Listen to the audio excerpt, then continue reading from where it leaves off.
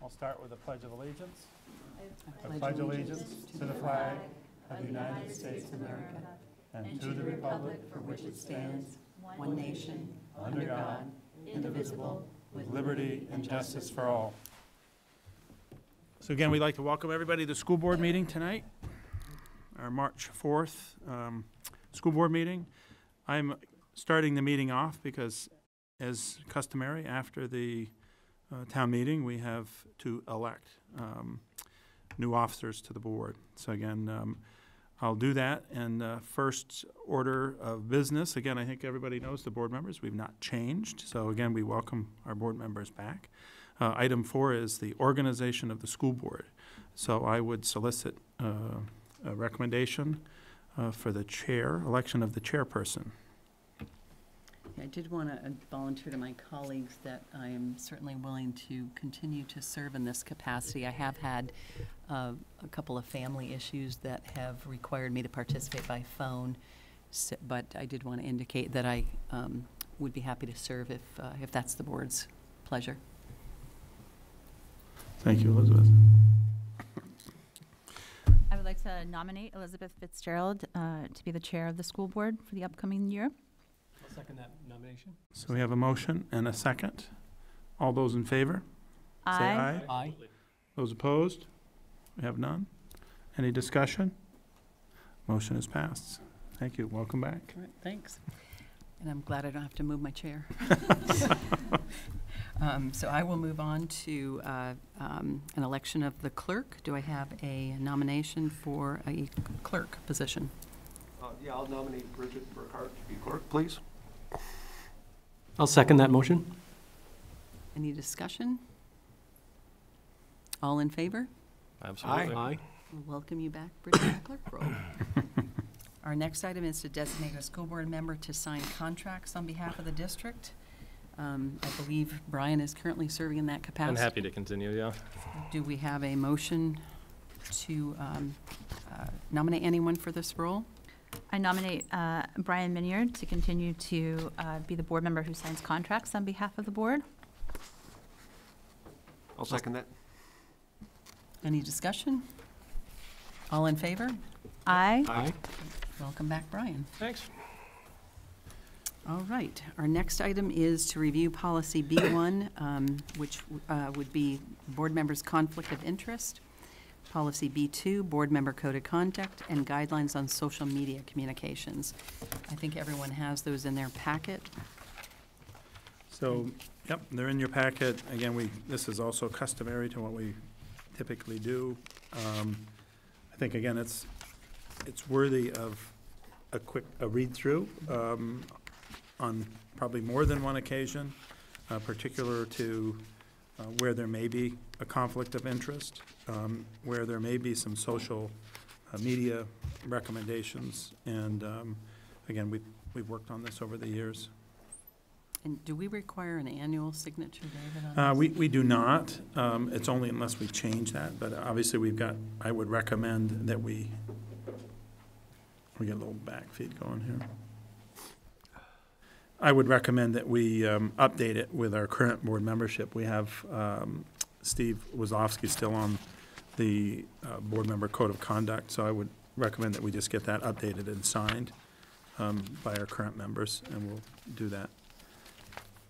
It would also give people an opportunity, if you have any recommended changes on the code of conflict of interest one as well, if you have any particular piece. But I think it's pretty self-explanatory. It's good for board members to go through this on a fairly regular basis, just to kind of do that. We have used these in the past, and they've been good tools for us. So briefly for, just in terms of the policy itself, and without reading through the entire, it's the ethical and legal duty of all school board members to avoid conflicts of interest as well as the appearance of conflicts of interest. And conflict of interest means a situation when a board member's private interest, as distinguished from the board member's interest as a member of the general public, would benefit from or be harmed by a board decision. Any board comments on the conflict of interest policy? Do we need to take action, or? No. So this will be circulated for signature by Mhm. all current Yep. board members? Yep. And code of conduct, the board members' code of conduct policy B2 is the board commits itself to ethical, businesslike, and lawful conduct, including a proper use of authority and appropriate decorum when acting as board members. And there's some detail outlined below that. Any comments or discussion? And when this is rotated for signature, or for signature, this is common practice with board reorganization, that we all review these policies, and this is what we're committing to as board members. Yep. All right. And then on the social media communications, this is a pretty long, detailed one, but this really references board members' use of social media sites and restrictions around promoting other than dates and agenda topics, and then a Facebook page that is used with some infrequency, but is typically directing community members to other district resources. Well, I think the policy makes a lot of sense, but I wondered, since Bridget has recently had experience, do you think anything in this needs to be revisited? Or does anybody else, but Bridget specifically has been engaging? Good as it is, yeah. Do we, I think we briefly discussed this before, but do we have anything in the policy that specifically talks about board members utilizing sites under different names, given Oh. recent other activity? I did note number 10, it is said we should not post anonymously about district business. Yeah, that could be a little bit more explicit, I think, and that's what we had asked. We probably could add something, or I don't know the right terminology, but you can't go under an alias or something, right? I don't know exactly so maybe we can expand 10 to include that. Could we maybe just seek some input from Visbit or council, just how to expand 10 to include that? Yep. And this doesn't require a signature, primarily because it's more procedural. Mhm. All right, I don't think we took action, or will we need to take action with that change? Yeah, I think you Okay. would, yeah. So we'll post that on a future agenda with that modification. Any other comments on that? Okay. Any- Great, thank you for that. All right. We will move to comments from the public on items not on the agenda. Okay, seeing none, I'll assume they may be on the agenda then. Any amendments to the agenda, Yeah, David? we want to add, under my report, do a quick update on the coronavirus. Both Gary and I will do a little bit of that. Gary's going to actually help with some of those items. And we also want to add kind of budget next steps. So those would be 5 items under my report. So why don't we put the coronavirus after the Chamberlain School Mhm. update, and then put budget next steps under voting results? Yep, fine. Any other changes? Nope. All right, we'll move on to announcements. Our student reps could not be with us tonight due to other commitments, so I'll just ask David to update those. Yep, so at the high school, March 7th, obviously, we have some students returning, but our students are returning from TIE France on March 7th. March 12th through the 14th is our talent night, and again, those who have not been at that, it's a fun event. The students, put a lot of work into it. The staff actually generally has a little event that they do themselves. It's a fun activity. That's at 7 o'clock at the high school. FHTMS, March 6th, faculty versus the 8th grade basketball from 7 to 9 in the high school gym. Chamberlain, March 10th, we have a PTO meeting from 6 to 7. March 13th, PTO movie night, 7 to 8. Again, that's at Chamberlain. And then Rick Marcotte, March 10th, PTO meeting, 6:30 to 7:45. So any and all are welcome to attend. again, we're just getting back into the swing of things with students, and so we've had a good first day back. Thanks. Any other announcements? All right, seeing none, we'll move on to city-school collaboration. So we have not had another, well, have we? I don't know. I don't think we've had another meeting since our last meeting. Again, this collaboration specific is to Elizabeth and myself meeting with Kevin Dorn, city manager, and Helen Reilly. We have another one, I think, in a couple weeks, but I don't have anything on it. They last reported it, so I did not do another update.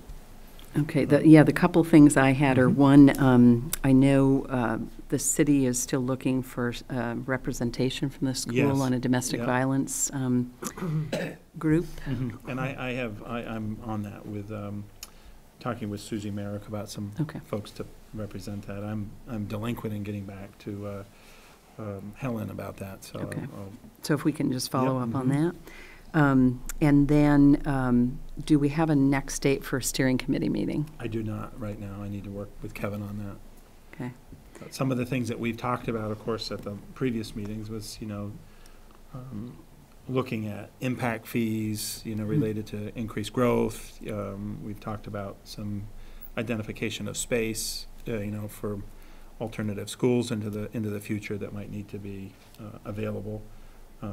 We've, again, talked about looking at our needs in both city and school long-term. Again, you've heard some of that through a variety of meetings, but coming up with a plan. What is the long-term plan, 10, 15, 20, 25 years? So those are some things that we know we need to be activating, and I think you and I will continue to be trying to bring that to fruition and include that on a steering committee meeting, I think is the hope. Yeah, I think, that's one of the messages. I think we'll talk about it later on, but one of the messages loud and clear throughout our process has been really a coordinated plan with the city, particularly on capital or bonded projects. So I know we brought that up a lot in the leadership meetings as well as in some of the steering committee meetings, but I think talking about it on an agenda versus sort of putting the work in as a group, a council, and a board to really generate that in an impactful way, regardless of the funding source, because I think that's been, if I'm speaking a little bit based on my own experience, that's been a little bit of the rub of what a project is if the funding source doesn't impact property taxes, it might not show up on that master list in any kind of prioritized way. So the school district doesn't really have that alternative, but in some cases the city has either TIF or fees or grants, and something may not make that list. So David and I will make that a priority, at least in the next leadership meeting, to figure out how to put that agenda item in the next steering committee meeting and move that work forward. What would the scope, and how do we develop that master list that's comprehensive? It's a critical piece. I mean, it's not also just about like the building. It's about whether it's a stormwater related project. It's whether it's a road or a bridge particular upgrade, because a lot of those things will impact our transportation, pickup and drop offs, flow for our staff. So there's a variety of things that I think need to be included in that plan. So yeah. Anything else that you'd like David and I to cover at the next leadership meeting? All right. We'll move on to agenda item 11, the superintendent's report.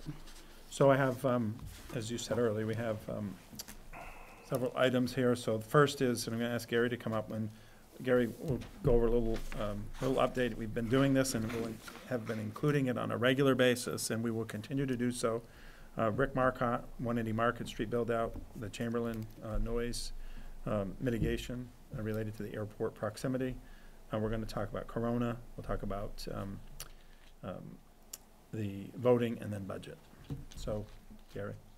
Okay, so relatively short tonight. The 180 Market Street project is going well. It's on schedule. We finished over break, Thursday and Friday of break. The construction company finished the drainage work that went across the access road to School Street. This week, they're putting in the elevator shaft. I'm not sure how many days that's going to take. There is some equipment that that will be in proximity to the road because of where they're working on that elevator shaft. Haven't seen any real issues with it yet. If it starts slowing down traffic, we'll make sure that the company has traffic control for that. Anybody have questions around anything related to 180 Market or, okay, great. Okay, and so the Chamberlain School noise mitigation, there's no update. We're waiting on the airport leadership to initiate the design work and get back to us with a cost estimate once the design work for the HVAC system, the positive ventilation system, is complete by the contractor of their choice, which I would assume, because the Jones Payne Group contracted with LN for the existing conditions report and the recommendations, that they will go back to them, but I haven't heard definitely that that's the company they're going to use. And the time frame for those noise studies is? That for the new noise studies? Yeah. So we can schedule it whenever we want. I think the spring seems like it would be the ideal time. Well, that's when we did it before Right, so we ourselves, can right? have Okay. so we can have a Similar. apples to A new apples baseline, comparison yeah. of the results. Yeah, just to be clear, that's us doing, we have used, contracted with ATC, Mhm. and we have done our own internal. So we do have, as Elizabeth said, we have our own baseline data, and the idea is, and Gary's been in contact with ATC, and they're able to do it, but we would have it similarly located, both internal and some external testing, so we Right. can see. And predominantly, it's not just airport traffic, it's Mhm. other noise in the area, but obviously the predominance is when the jets are flying, right? And so we'll be able to have that data that will help inform. Yes, and we set it up with the same exact parameters of where the testing is going to happen in this round as it was in the initial round that we did. David, you want to start the corona? Yeah, so corona virus, I sent out, and it's, I think by your place, actually, I sent out that letter, actually, electronically through School Messenger, Power School Messenger, I should say. And so in my letter, again, welcoming people back, but also trying to just, comfort them, given some of the nervousness of coming back to school, but then also some of the heightened concern around the corona-19 cases that are currently kind of in play. I referenced the Secretary of Education's letter, Dan French. Again, I hear talk a little bit about just common practice, expectations around hand washing and those types of things. And then I provided the letter, which I also have copied, that is directly from Dan French. And in that letter, there's all kinds of resources where people can gain additional information. And one of the things I think is important is that when there are questions, that we are able to direct them specifically to the Vermont Department of Health and CDC to do that. We will continue to, make sure we're on top of receiving feedback from the agency or the health department. If things change, then, we'll have to kind of understand what the directive is and what possible next steps we can take. So I'm hopeful that, things will stay under control and we won't have additional cases or we won't have cases in Vermont. But again, just wanted to make sure board was up to date on that. Any questions, concerns? Are our school nurses going through any unique training or anything in that regard? So no additional training. I think the nurses, in putting this out, again, we have a .1 district nurse, Kara Kasani, Mm-hmm. and so all of the nurses were involved with me just prior to vacation. Actually, we kind of organized and put together the correspondence, and others have followed suit around us collectively to do this, and so. They're up to speed. In addition, and again, I want to let Gary just talk briefly about, just sanitizing practices upon return. So you can touch on that a little bit. So 2 weeks ago, the facilities and the custodial leadership team and I got together and we kind of got ahead of this thing and we ordered additional, hand soap for hand washing. We did order some additional hand sanitizer, although we recognize that that's not the preferred method, that hand washing is deemed much more effective, and that's the first priority. And we also, we made sure that we stocked up on one of the recommended cleaners, the disinfecting cleaners, that's been recommended by, the health department to kill germs, viruses. And we also took the additional step of buying palletized bleach in case things get worse, and bleach ends up being one of the recommended cleaners, not our preferred method to clean, but we thought it was a prudent step depending on what happens down the road and the unknowns involved. So we've changed our practice. During the day, our custodial team during the day is going to clean touch points in all the schools, to disinfect touch points while students are in the building with the recommended cleaner that we use during cold and flu season anyway. And then we're adjusting in our second shift of custodial staff to disinfect all common areas, to include desks and touch points on chairs in the classroom. Now that's going to mean that we'll probably change our vacuuming and maybe mopping schedule a little bit to an every other day instead of an every day to free up the resource of time to be able to disinfect all common areas in the schools. So that's the steps we have taken so far. We met with the principals this morning. Obviously, we had an admin meeting this morning, but that was also a conversation, and to have, staff to be able to help, making it as easy as possible for the custodial staff to do the cleaning, whether that means moving the chairs and not stacking them or stacking them, so that can be done. So, again, we'll continue to monitor that. Again, I think we're, at this point, we're out ahead of it.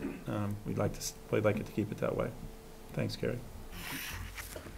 And have we had any student travel impacted? We in the areas that they've identified, no. We did have our Japanese students that were likely to go, and that was canceled. So that Patrick, we made the recommendation to cancel that. Other than that, we have some folks that are traveling, back from France, but again, that's not specifically, marked as any particular concern at this point. So anyway, we'll keep you informed and pay attention to what's going on best we can. And again, if parents have concerns or questions, absolutely give us a call. We'll likely push them right to the Department of Health to get more clarity and get their questions answered. Yep. Thanks.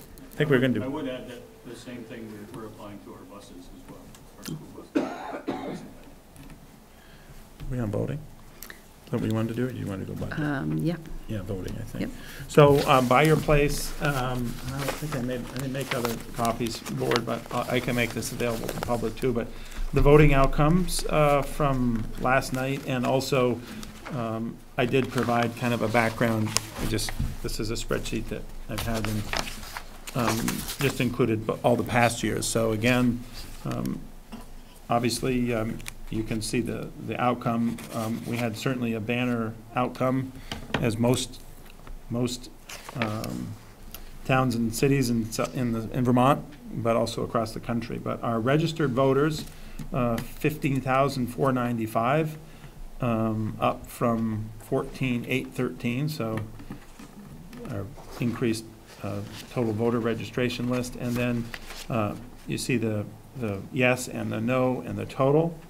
And then you see the corresponding, and you can look at the total number of voters, but we had 8,272 participating in either the bond or the budget.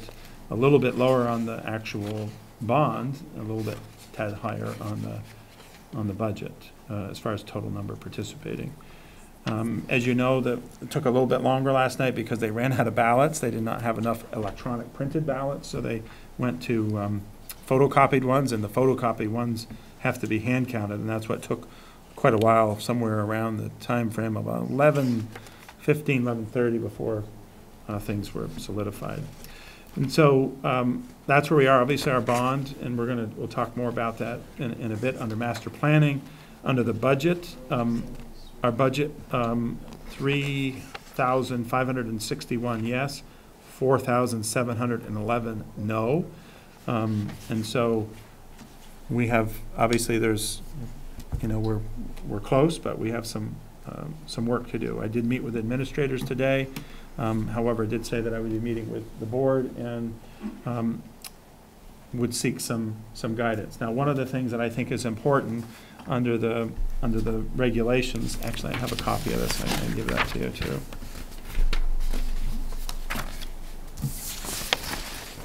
Should have put these by your place, excuse me. So again, this is just from legal counsel about the revote, and again, thanks to Amity. Amity had it spot on. But basically what this indicates is that we will go 30 days.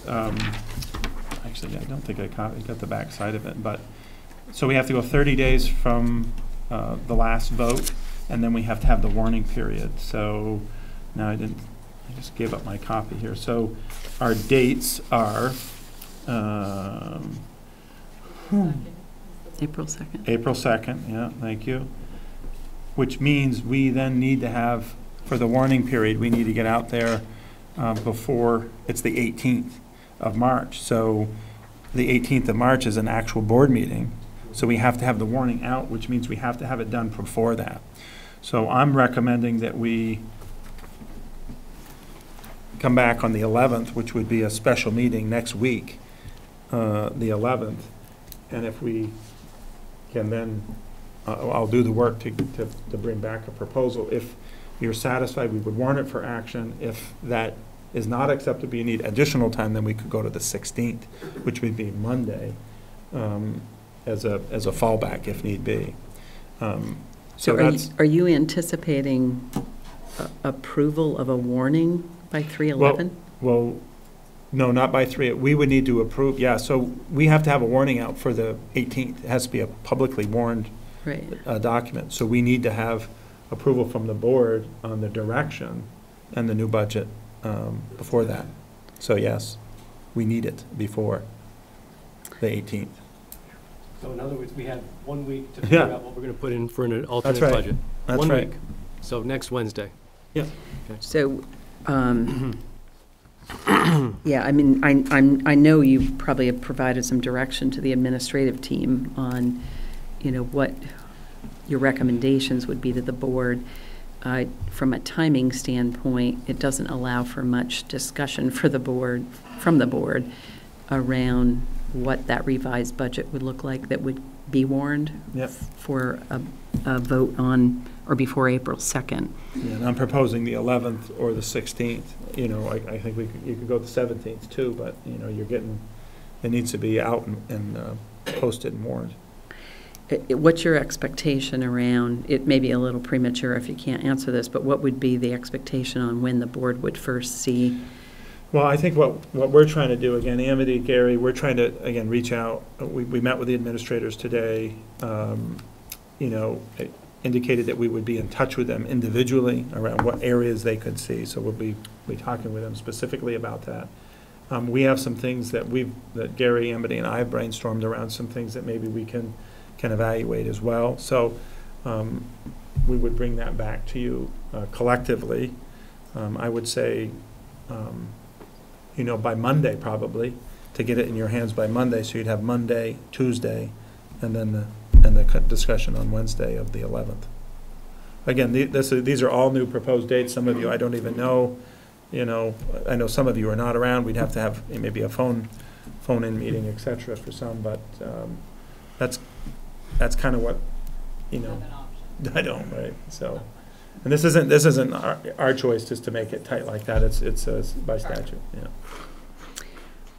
Okay, so the board would likely see information or get information by the 9th for review at a special meeting on the 11th. Can I make a suggestion that maybe we resend out the line item budget detail of what got presented in the ballot yesterday in advance of the 9th, so that we've got at least a side-by-side comparison ahead of time. Mm-hmm. I think that might help the discussion on the 11th to have done that work ahead of time. Mm-hmm. Any other, we didn't really warn this for discussion in terms of next steps, but any other high-level guidance to the administrative team at this point with that time frame?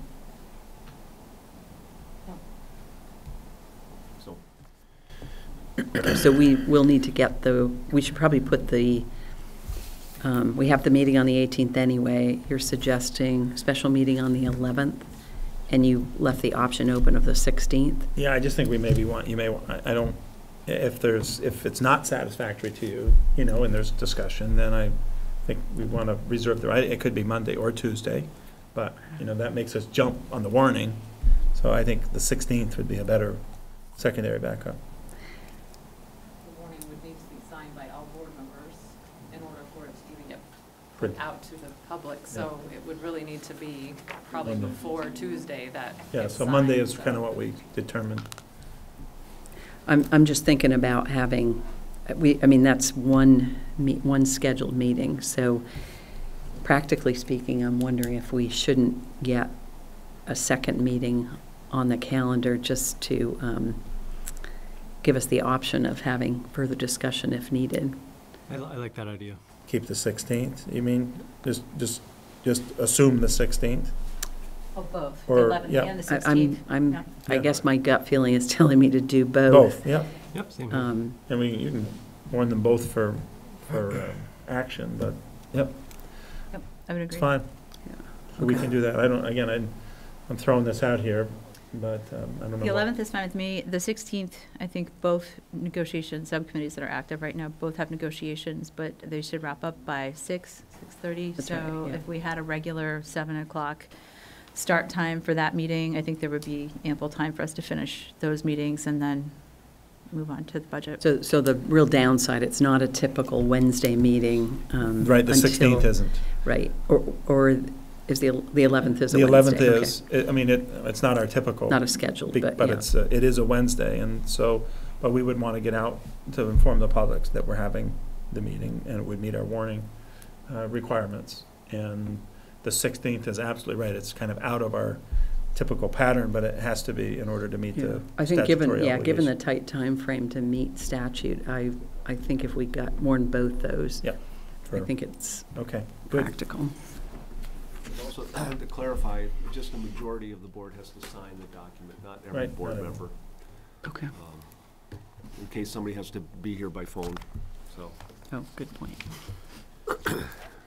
So that's where we are. Again, we've done some work. I don't have any specific detail right now, but we'll get it out to you. So moving on to the voting, I already talked about voting results. I think Yep. we're good. I think you got all I that. think we can move on. Anything I missed in my report? Nope. Great. Yeah, I should ask comments from the public on any of the superintendent's report items. All right, seeing none, we'll move on to agenda item 12, ends in action. So, again, I'm going to let Mike kind of kick this off. This is an elementary school ends in action example. And again, remember, and I'll let Mike kind of introduce the purpose and expectations of ends in action. But again, this is a snippet of us providing you kind of the work that's going on to meet your ends. So, Mike, you'll do the intro. Thank you for being here. Great, thanks. So the board will recall that we saw students from our the chapter of Students Organized Against Racism in the month of January, and they were sharing some of their work as it relates to their success towards meeting our citizenship end, and how they're involved citizens in their local and school community. Thanks. And then last month we saw students, we saw 11th and 12th graders who are part of an internship class who were talking about their experiences and how that was developing their aspirations. That was specifically towards our end 1.3, personal development. Students will use self-awareness and interpersonal skills to effectively enhance their own performance and collaborate with others. And the specific indicator we were thinking about is clarifying goals, aspirations, and post-secondary plans.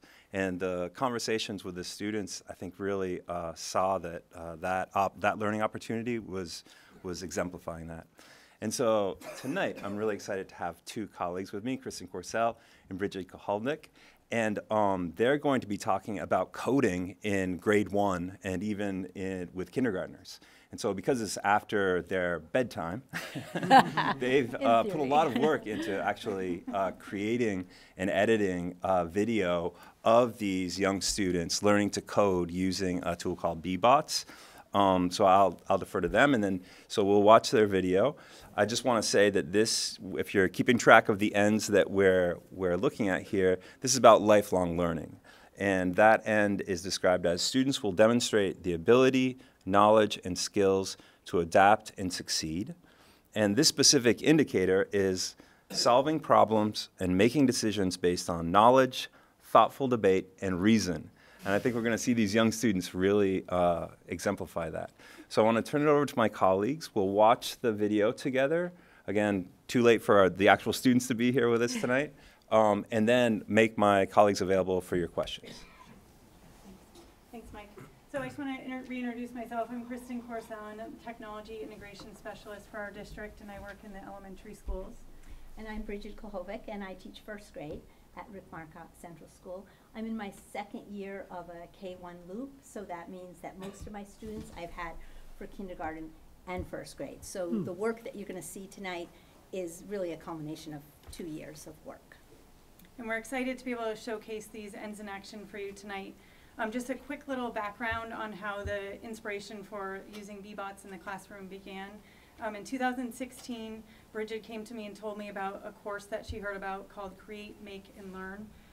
Works on innovation and technology in the classroom through hands-on learning.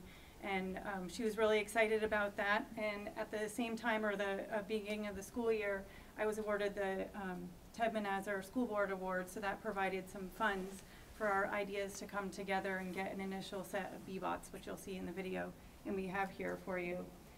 So that got us inspired with putting these ideas together. It was kind of perfect timing on a number of fronts. What we're going to show you tonight is a first grade example. These Bbots are little robots that we use with kindergarten, first and second grade. We chose first grade to show you what the middle years look like, but they're introduced in kindergarten, and we have some other connections in second grade.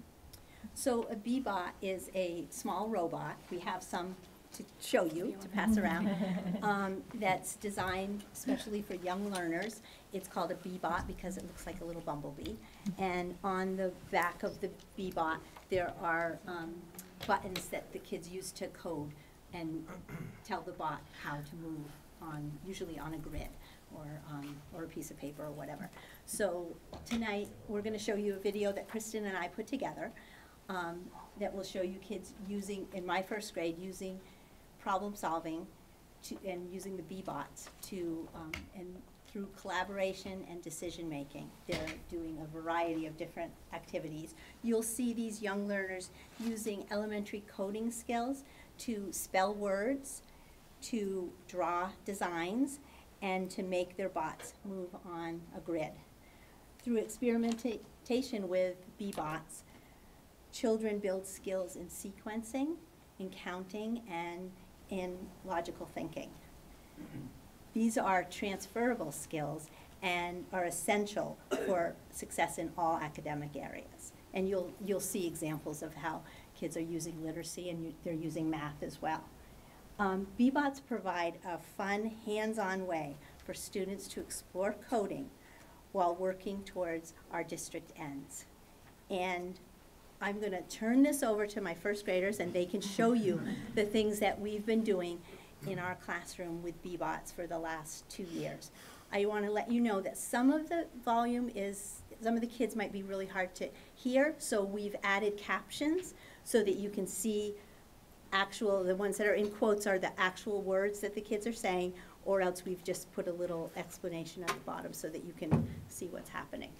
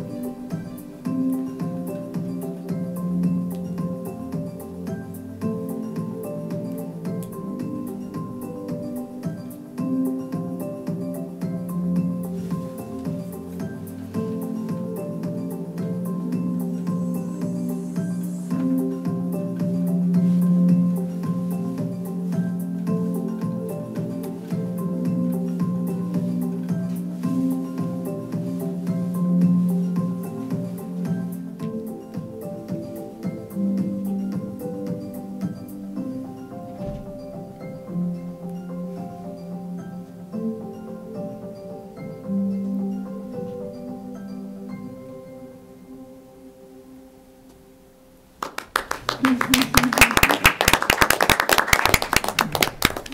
if the board has time, we could maybe have my colleagues answer your questions or comments. What do the kids do after second grade? So you said the B-bots are for kindergarten, first grade, and second grade. What is sort of the next stage of this kind of work? Sure, so we have some other B-bots, Dash and Dot, which are robots that are programmable through using apps either on a Chromebook or an iPad, and we have a limited number of those, so there's no comprehensive plan, you know, that's done more in pockets. The librarians tend to Why don't you guys, actually, Kristen, if you Sure. guys don't mind, have it, because it's hard to hear a little bit. Okay. And Bridget? So I was saying that our librarians use other robots primarily with the 3rd through 5th graders, that we don't have a widespread amount or collection of them. We have pockets of that and some other robots that the school libraries have purchased, Dash and Dot being an example of that. So, but this was a beginning that's, you know, came up kind of organically through our excitement and innovation, and we've already added to the B-bot collection, and the kids are hungry for it, and they do other code.org activities online, not robots, but other coding applications on computers too. Mm-hmm. Yeah, I was wondering about the upper elementary grades. Like, do they get into Scratch or anything like that, sort of the visual coding? Some of them do. So again, that's in, I'd say, pockets that they're doing that through. I don't know if you're familiar with the Hour of Code, but there's a week where there's an intensive focus on coding, and some of the kids really gravitate to doing that and just wanting to do more coding opportunities, but Scratch is a part of that. Yeah, cool. Yeah. And I know Chamberlain was doing this as well, because we saw Ends in Action from Chamberlain a few years back on B-bots. Is Orchard doing it as well? Is the curriculum kind of standardized across the elementary schools at this point, or is it sort of growing organically at each different location? Growing organically, but we get all the classrooms to do, all the K-2s do a little bit of something with the B-bots. And what started as an original collection of 6 B-bots, we now have 10 for each school. So I'm no longer the B-bot bus either. Collection that resides at each building. Excellent. In our school, the kindergarten teachers, last year, when I was in kindergarten, we purchased, through our budget money, a set of B-bots too, which they very kindly share with me. Wonderful. Awesome. I did have a chance to see these in action at Chamberlain, and the kids just are totally engaged in the learning too. It's fun to see. Thank you. Yeah, Awesome. wonderful, Thank you. wonderful Yeah, work. so Thank fun you. to see. Doing Thanks. that, putting that together, and we need to make sure the students hear positively about the video too. Thank you both. Unless you want to play with it more. Well, I do, but I'm kind of busy right now. I was trying to get that one. Thank you. They are really fun to play with. All right, we'll move on to agenda item 13, the ends matrix review.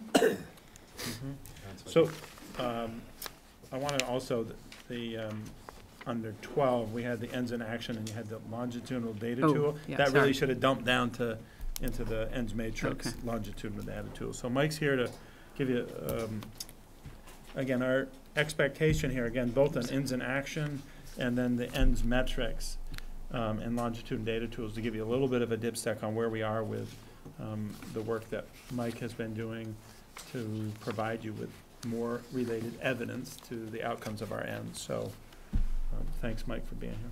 Of course. So I know that the board's discussion of ends metrics started before my tenure a year and a half ago.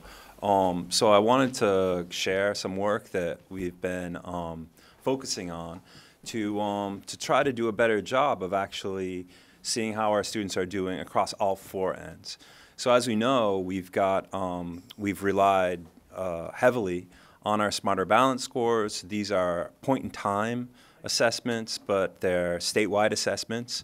They're standardized, obviously, and they provide us useful information both for how we're doing as a district, for keeping an eye on historically disadvantaged groups, and also for increasingly, I would say, for instructional shifts. So what are we seeing in the data, and what can we do when we look at the specific claims of Smarter Balance? But of course, Smarter Balance is not the whole curriculum. Smarter Balance is just math and ELA. And so even if we take, the next gen science assessment and math and ELA, we still don't have even just academic proficiency. We're still looking at a pretty narrow slice of the curriculum. And as you already know, it's not just academic excellence that we want for our students. We want our students to have all 4 of these ends. And so the work that we started doing with Jonathan Katz, who's built basically this demo that I'm going to be sharing with you tonight. I mentioned this at the last time I came before the board last month, is to try to create a database where we can, first of all, collect data, quantitative data across all 4 ends, and then also do this in a longitudinal way. So instead of looking, we do this with Smarter Balance scores. We look at well, how did we do last year? We're looking for 3, 4, 5-year trends. We're looking at cohort data. But we don't do that with other things like co-curricular involvement, or as we mentioned last time, how are we doing with dual enrollment? How many students are doing internships? Where are they doing internships? And so obviously at this top level of data reporting, we can't, there are trade-offs, and we have to be thinking about how do we communicate this, because you could easily have too much. So that's something to keep in mind. But this is a first attempt, and again, very, just sharing, this is like still in the mock-up development phase, but this is an actual database. And so I'll just click on these, and you'll be able to see some of the, sort of the architecture here. And then I think you'll be able to see on the top that, we're planning on tracking this, yearly so that we can see these large trends. So yeah, so I'll just click on these to expand them.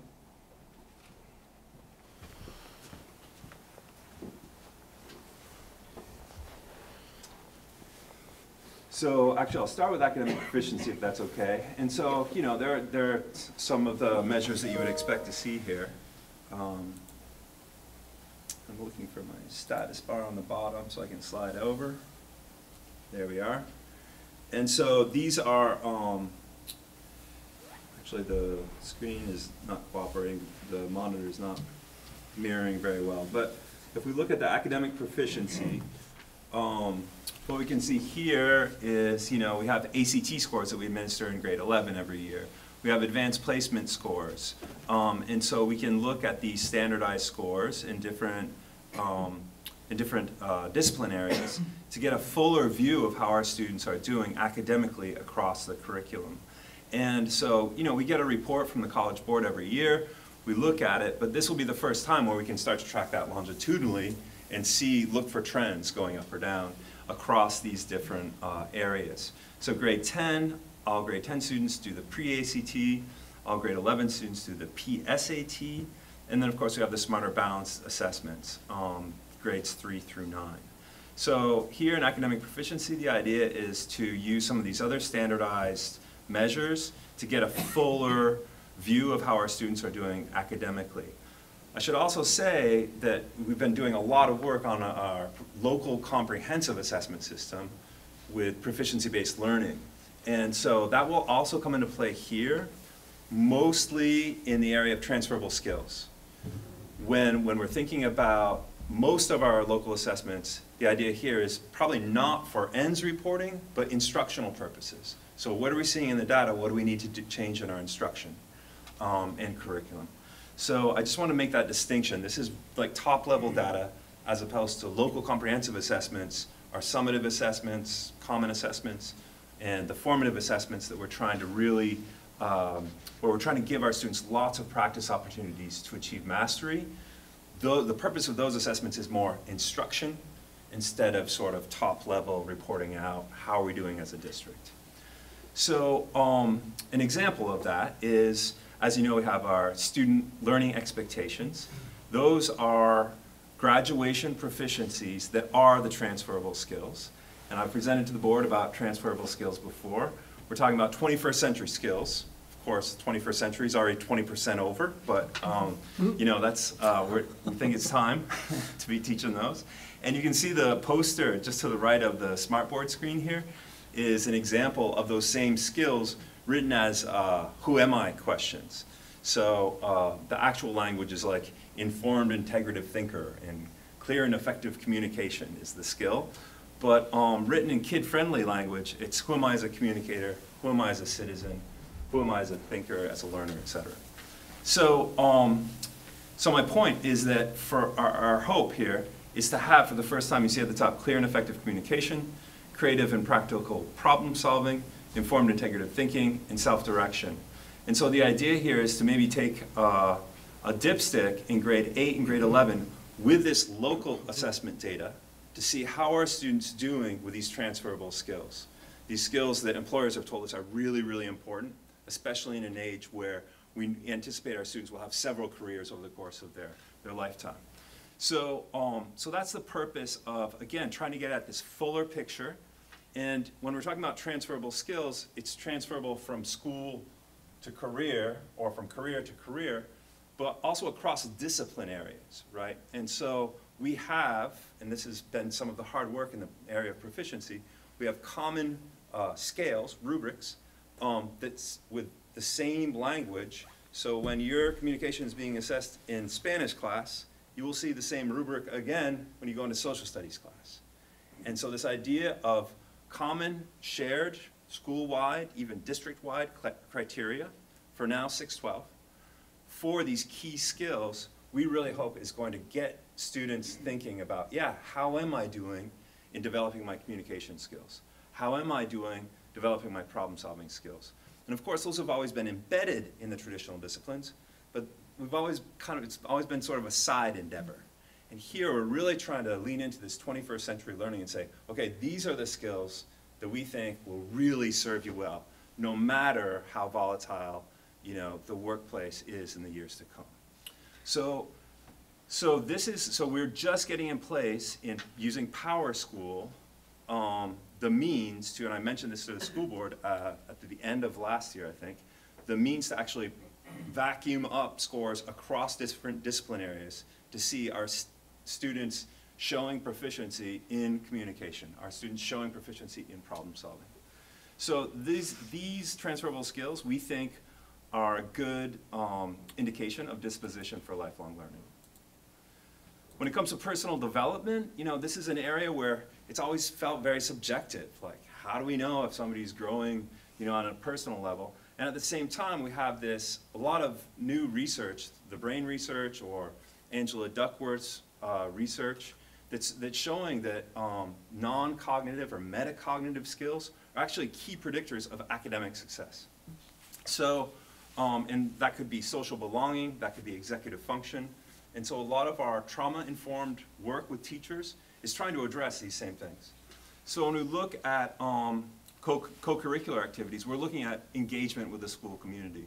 When we're looking at flexible pathways, we're looking at students taking ownership over their education and actually maybe becoming the authors and saying, hey, I'd like to do this internship, or I'd like to seek out this opportunity, where they're in the driver's seat of their education. And this is something that we just administered for the first time this year, grades 6-12. This is a national survey created by Gallup, which is a pretty well-known institution when it comes to surveys. And so it's norm referenced. It's a huge pool. I'm sorry I didn't bring the numbers with me tonight. I'll be glad to report more in greater detail with the curriculum review or the ends monitoring report at the end of the year. But basically it measures engagement, hope, like optimism, career aspirations, and then there's also a career financial literacy part on that. So so that we have consistency across all these different measures that all have different metrics, what we're anticipating using here is just the percent meeting proficiency, the percent who are deemed to be engaged at a reasonable level of engagement according to the Gallup student poll. And this is also binary. Either you're participating or you're not. So the way that we address all these, imagine all the different metrics from SATs to ACTs to the Gallup survey, each one has their own numbers and raw scores and percents. So because that's unmanageable, we tried to do a percent, you know, kind of a binary measure, which again is reductionist, but allows for greater legibility. And then for citizen, yep, sure. Did you consider whether to put youth risk survey information into the Yeah, personal thanks. development component? Yeah, so, yes, definitely we'll continue to use that. We actually look at that. Yeah. Some of its limitations only comes out once every 2 years. And then I also think that some of the prompts in the youth risk and behavior survey, even though we follow that very closely, are of such a sensitive nature that, I mean, we're talking about drug use, suicidal thoughts, we're talking about sexual behavior. So the sensitivity of some of that, I think, is kind of puts it in a different category than some of the measures that I have here. And also the fact that it only occurs every 2 years is another complicating factor. But I mean, that's it's something data to think that we about. see, and, yeah, it's data that we get anyway, but okay. Right. thanks. But that's definitely something that we use. Right. I'm not, I'd have to think more and maybe follow up with you, Martin, to see if it's something that would be appropriate for this venue. So here, again, we see for citizenship, really, I think this is maybe underdeveloped. We just have this one measure in grades 8 and 11, and that's our transferable skill for citizenship. But I think there are other things we could be thinking about there, whether that's service learning or other measures. So you can see we're drawing on different types of data sets to try to bring them together in one place to create a fuller picture of how our students doing towards our 4 Ns, instead of always just looking at smarter balance scores and trying to extrapolate out how we think they're doing academically from those very narrow measures. So this is really new work. The data's not all been entered in here yet, but my plan is to have this substantially populated with data, at least for this year, probably draw on some data from last year to present to the board for the ends report at the end of the year. So, great. Mike, can you go back to the disposition for lifelong learning for a Yep. second? What's the metric there again? So this is just percent meeting or exceeding proficiency. So the proficiency scale that we're using a 4-point scale. And so that would be like a 3 or a 4 on that scale. I know you've mentioned it before when you presented here, but could you talk, you mentioned a few minutes ago this idea of trauma-informed educating. Can you speak more to that, please? Yeah, can you say that again? The trauma-informed teaching or trauma-informed educating? Right, what sure. that is and what that looks like? Sure. So, so I think, you know, under No Child Left Behind, a lot of times we're really focused on test scores and measuring, okay, what's not working and how many students are failing. As you know, there's also pretty problematic practice of labeling schools as failing, which then could become a self-fulfilling prophecy. The thing we weren't doing is looking at how come kids weren't succeeding. And a lot of times under NCLB, the measures that were called for was give kids more of the same. So if you hate school, we're gonna put you in like heavy remediation all summer or extended school day, so you'll really hate school. And so I think the new brain research is showing, and this is not really a big surprise probably to anybody in this room, but the idea that if you're in fight or flight mode, you're not ready to learn. And so to really think about teaching in the 21st century, we need to be thinking about, are students ready to learn? And what are the measures that we're proactively taking? Instead of waiting until kids melt down or until kids act out, what are the measures that we're doing to create a safe learning environment that takes into account students who may be coming from a background of trauma? And so some of these things have to do with like really simple strategies like visual schedules at the front of the room with an icon, like the agenda for the class with an icon is great for students who really need predictability because they may be in fight or flight mode. And so they can see, okay, so first we do this, then we do that, then we do this. If you have icons on the side, that's great for English learners too. So we're talking about a universal design approach for inclusion there. So, so essentially, if there's academic failure, look for the root cause and try to address it as opposed to, yeah. Totally. So to me, that doesn't always say trauma. I think that was the part that was confusing to me. Yep. So the work that we're doing with trauma-informed instruction is actually teaching teachers to teach self-regulation instead of thinking, oh, that's a counselor's job, or that's somebody else, that's a therapist's job. but to actually try to incorporate that in, or other strategies like I'm saying about predictability, social belonging, building community. And so you'll recall the Ends in Action presentation that we had from Holly Ruel, where she was talking about those restorative practice circles. Yep. That's a trauma-informed practice. Thanks. Yeah, sure. Other board questions? Any questions from the public? I just want to say this is really exciting, because this has been a long time coming to feel like we're really seeing significant progress, not just on, having SBAC scores as our main, ends metric. It's exciting to see it expanding and real thought put into it. So thank you. Super. Thanks very much. We'll move on to a request for proposal for math and literacy audits, which is warned for action. So Mike, you're on again. Oh, really? Okay. Triple header, huh? Did we have something in the packet on this? It's right Yeah. here. Yeah, there's a bid document, the normal It looks one we like, get. it looks like a Oh, got it. bus bid or something like that. Oh, yeah, sure.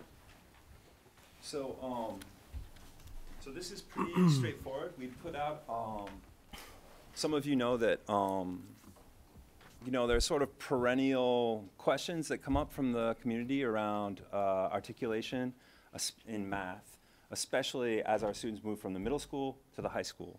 And so this has to do with, what are the options for students to accelerate in math, and also our curriculum. This is before my time, but it was sort of revamped to have math 1, 2, and 3. And I think my understanding is to have more of a European integrated approach. Like in the UK they say maths, because there's geometry, there's calculus, there's algebra, there's these different fields of math. And so I think the approach, as I understand it, to the change to 1, 2, and 3 was to kind of undo this traditional algebra 1, geometry, algebra 2, trigonometry, calculus progression, and to try to bring those things together. And so I think that we want to know how that change is working. We want to know what our needs are. We want to make sure that all of our students are able to be challenged in math, and we want to make sure that that the top end of our students' pursuits in math there's no ceiling on that students can accelerate. And so we put out a call for proposals. We were able to secure some federal funding through our consolidated federal program. So thanks to Meg Collins' excellent work in my office, we were able to apply for funding. And so, so we secured funding. We put out a request for proposals. We received 2 proposals. One is from basically an definitely nationally, probably internationally renowned math expert. So we're fortunate to have that. We actually invited that proposal. John Painter, who's a curriculum area supervisor at the high school, was instrumental in sort of attracting this expert to the work, and so that's the recommendation. The other RFP was for a literacy audit, and the idea is just to take stock. We have calls at the elementary schools.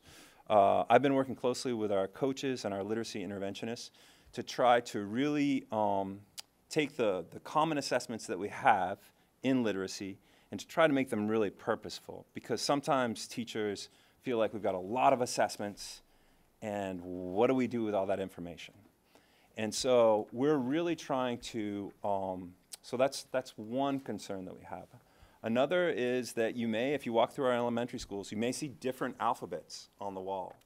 Like, E is for elephant here, but it's for Eskimo in another classroom. And so consistency in our approach to phonological awareness and word study is another focus. And so my predecessor actually launched Lucy Calkins' Units of Study Phonics. We've been rolling that implementation up. This year we've been working with grade 2 phonics. And so we want to see basically how are all these pieces working together. So we've got a district local assessment calendar that we've got some strong data wall practices where teachers meet 3 times a year in teams and look at, okay, what are we seeing in where our students are learning and what they're not learning in literacy, and where do they need help. And we want to make sure, ideally, we would have our assessments really drive those data wall conversations, but also inform our reporting when it comes to reporting, and also inform our MTSS progress monitoring practices so that we don't wait a third of the year before we jump in and help students. So that's the purpose of that audit. And we received a couple of really good proposals there. One was quite a bit more expensive than the other, both respected folks. So that's the proposal that you have before us with those two consultants to be hired to come and do a grade 8-11 math audit, and then also to do this, this elementary literacy audit. So can I clarify what actions required? Because I don't think these meet the board level of approval. They don't have to, but I chose to just, in the transparent purpose, and Mike and I both felt like, number one, it's good for the board to know what we're doing. Elizabeth is right, it does not meet the $15,000 individual threshold. So, but again, we felt it was important to, number one, inform the board. It was a good connection to the work that's happening in instruction and assessment. So, and I think it was opportune for Mike to be able to explain it a little bit too. Yep, and I would just say that the allocated funds that we had were $15,000, which is the exact threshold for an RFP, as I understand, or for board approval maybe, that triggers board approval. And so some of our bids came in under that. Once we get into the process of working with a consultant, we may need, to add more hours to do more data collection, in which case we have a little bit of a cushion if we have a lower bid that's under the 15, so that we can go up to it if necessary. And these are, again, these are federal funds. Right. They're not local funds, they're from our consolidated federal program. And so we can spend up to $15,000 for each of these audits from that source. Thanks, Mike. So well, one, appreciate the update. This sounds like it will be of value. I'm not sure we want to set a precedent of taking action on items that don't require a threshold. You don't have to. It's again, I warned it that way in case you wanted to. Okay. Again, I felt the transparency of it is the most important. Yeah. Great. Any questions from the board? Further questions? Any from the public? All right. Thanks, Mike. Thanks. Seeing none, we will move on to agenda item 15, Master Planning and Visioning Update. Let me preface this by first saying, take a breath. But no, first off, I really do want to thank the community for the incredible voter turnout. Regardless of disappointment in the outcome, I am so impressed at the engagement we've had toward the end of this process, and I'm very grateful, speaking on behalf of the board and myself, of the voter turnout and participation we had. Secondarily, I do want to thank Brian and Bridget as working subcommittee members for all the hard work that went into communications to the public, that went into some of the working committee work that informed the bond proposal, and administration as well for everybody's hard work there. So the needs haven't really gone away, so we need to have some discussion. And I don't know, David, if you want to frame that. Yeah, I think it would be good. I think that we're just coming off the vote. That said, I think it's important. I mean, we have no specific backup plan. We did not go in it with a this is the backup plan. We have not. I think there's been some question around the end result, and so I think we're going to need to. We have a working group. We had a brief working group meeting. I don't know if it was brief. We had a working group meeting today, and we're going to have another one on Monday.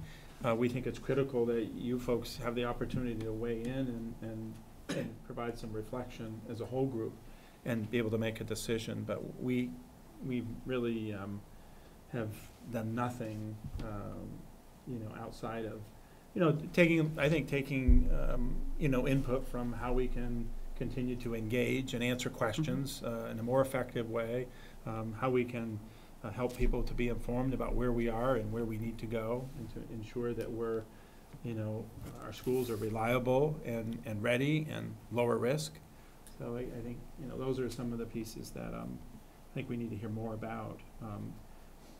And then the desire for the next step. I think important is that, you know, we're in a place where, again, Gary has been pretty articulate with the board, and then stewardship work for this is that we've put a lot of things on hold, or what I would say, you know, cross our fingers hold. Again, we've tried to do the risk mitigation to some of the things, but we have some big items that need to be addressed, and we can't continue to just push those off. Again, when I got here, again, it's been a long time, but we started the stewardship plan, and, you know, as I said before, when we first started that, you know, everything was front-loaded like we need to do it now. We scheduled those things out as we knew more about them, but they haven't gone away, and some of those have just been pushed and pushed, which are pretty significant dollars. So we have to take some action here, regardless of you know, some direction. We're going to have to start to cue in some of those things. Again, in this budget, we do have we have dollars to do some of the things that we felt were most likely to fail at the high middle. But a lot of those items we pushed off. We have focused, again, continued to focus on the elementaries.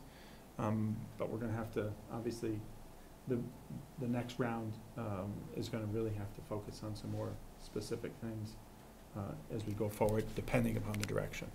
Yeah. So I don't know, Gary, anything, talking a little bit on stewardship on your court, but anything else to? Not really.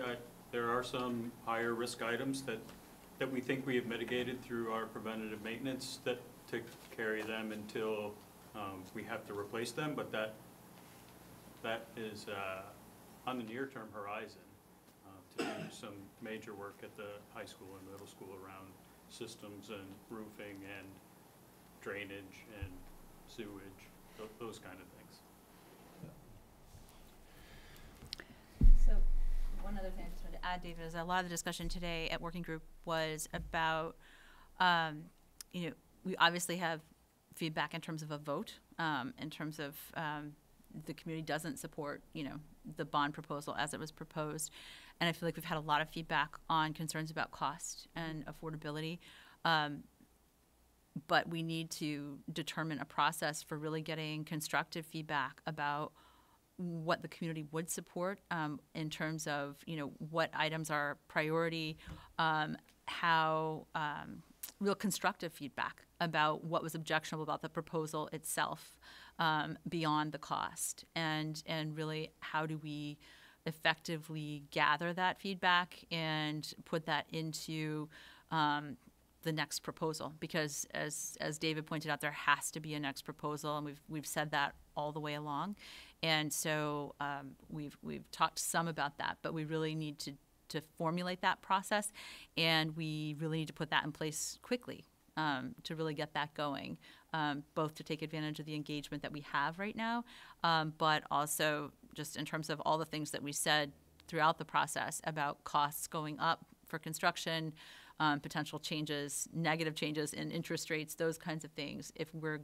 going to sort of move this forward. And then, you know, as Gary has said, the near-term horizon for some of the major stewardship work that would have to happen in the interim, the longer we push things off, there's a real urgency to continue the process and figure out what the next step is.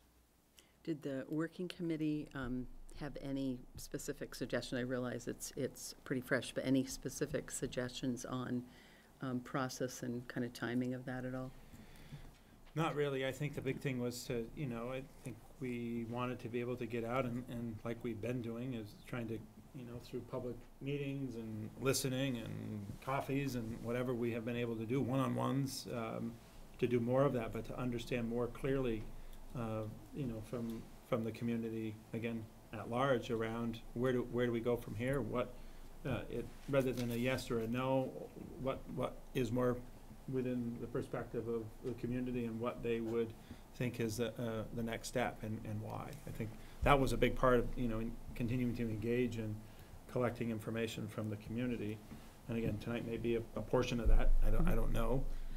Yeah, I mean, some of the ideas that were brought up as potential, you know, aspects of that kind of gathering of information would be things like scheduling a series of listening nights, right, where there's really not a presentation, but there's really more just, you know, a chance for people to come and and talk and have us listen and ask follow-up questions and that kind of thing.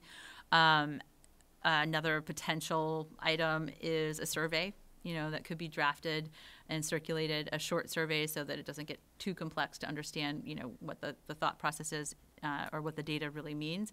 But a short survey that could quickly gather some information for us to take into consideration. There were a number of ideas thrown around, but we thought it made sense to sort of talk to the board about, the board's feedback about how this process went and what all of us think might be a good way forward in terms of process. Yeah, it was it was a positive meeting. It's not talking about, where are we going? Again, I think, our role in public education is to listen, and we have an obligation to, provide the necessary learning to our students and to do it in a way that our community can support it. We've been walking that line for a long time in this community. We want to continue that. And so, we have not had an exhaustive process. Again, I think that this was part of having it on this agenda item to be able to have this exact conversation. We've heard from the public in many ways that having, as Bridget said earlier, just having a listening session.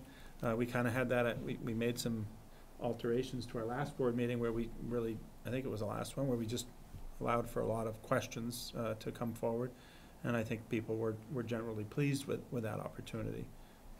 But I think in addition to just sharing, what are your thoughts and ideas individually or collectively on what you think is the right next step? So. Yeah, and from my perspective, I think, Bridget, you characterized it well in terms of affordability is the umbrella issue, and the board would not have presented this proposal if it didn't believe that it was the option after a pretty rigorous process that represented the best cost benefit. So in my mind, any further discussions beyond this, whether it's within the board or with the larger community, are sort of where are the priorities and compromises that you'll make to get to something more affordable. And within that, it could be also include, are there other sources of paying for some of these things that we weren't able to explore with the first go-round, recognizing that those may be far off, but whether it's the impact fees, which I know David and I have been bringing up with the city for quite a while, and there is growth there, so those impact fees used to come into the school system and stopped probably about 8 years ago or so. And others might be naming opportunities or, I don't know all what else, but. Yeah, I think there's some state factors in play too, the state construction, yeah. The moratorium that went in 12 years ago. Yeah. Principal payment restrictions, Gary's brought that up on a couple occasions, the way in which things have to be currently structured. So there are some options around that the cost benefit component. Well, they couldn't be part of this initial proposal, and there's right. definitely a time factor in those, that all of the investment you might make in developing those sources could be offset by the increased cost of construction at some point. Yeah. But that's some of the feedback I know I heard. But again, under the umbrella of affordability, where are the priorities and the trade-offs? There's timing issues and sort of critical linchpin issues in terms of when systems are likely to fail, and I think we've addressed a lot of that now, but educational outcomes and the educational impact, and then potential other sources of funding would be areas that I think should be explored, again, in a timely way, but might be part of going forward on this. Other board feedback before I open it up to the public? Well, I think broadly, trying to figure out, 80 to 20 or 4 to 1 is a pretty big no. And so I got to figure out what those no's mean. Is it that we're doing both schools at once? Is it that we proposed a new build instead of renovate? Is it, there are different ways of interpreting that. And I would like to know, first of all, what people objected to most strongly. And second of all, what kind of proposal they would get behind, the one thing that's been uniting all of this is that doing nothing is not an option. We put forward what we thought was best. It flopped. And so let's figure out what we're going to do together. I'd like people to tell us why no to this one and what's a yes. I think the second part of that is is gonna be really helpful. You know, what does it take to get a yes vote? Yeah. Absolutely. Yeah, I think with the understanding that, you know, we're on top of some things that, again, the do nothing is not the option. Yeah. Also being conscious about long-term cost factors are also, I think, an important consideration when you, you know, delay items, you increase perhaps the unreliability and risk, and then you've got added expenses to do the same thing that you knew needed to be done today when you're doing it 5 years from now, which kind of exacerbates the financial outlay. All right. Well, I mean, I do like the idea of a survey particularly, to make sure we get a broad understanding from the public, because even when this really finally seemed to come to the attention of the community towards the end of last year, even though we've been working on this for 2 years, we still didn't reach the 8,000 people who voted. You know, it was a subset who were here. So important to hear from them, definitely. But I think to get a broader understanding of where people are. Yeah, we, again, at the working group meeting, these were just kind of a list of suggestions, you know.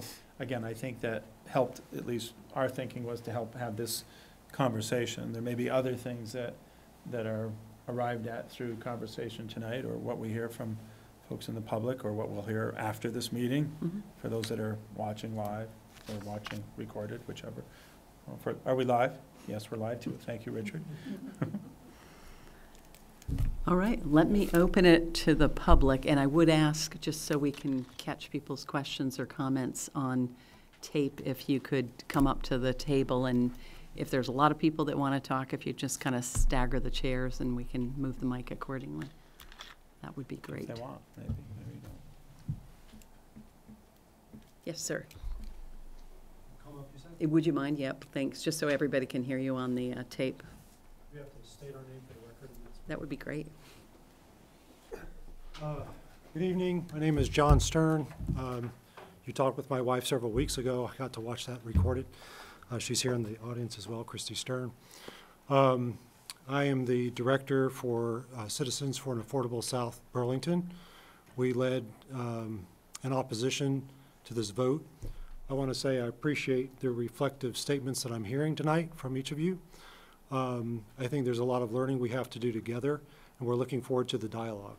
I don't have prepared statements this evening. You're asking questions that we have as a group and talking about answers to, but I don't feel we're prepared this evening to give you the answers to the questions that you are rightfully asking. I do want to thank you for the time and effort that you put into it. I'm sure this has not been a comfortable experience. It hasn't been for us. I don't think it has been comfortable for anybody in the community. But I do look forward to the dialogue. We do have some statements that we will be making and sharing with you. If we can find a safe way to have these conversations and grow together, I think that would be best. So that's all I have to say for tonight. Thanks, John. Thanks, John. Thank you, John.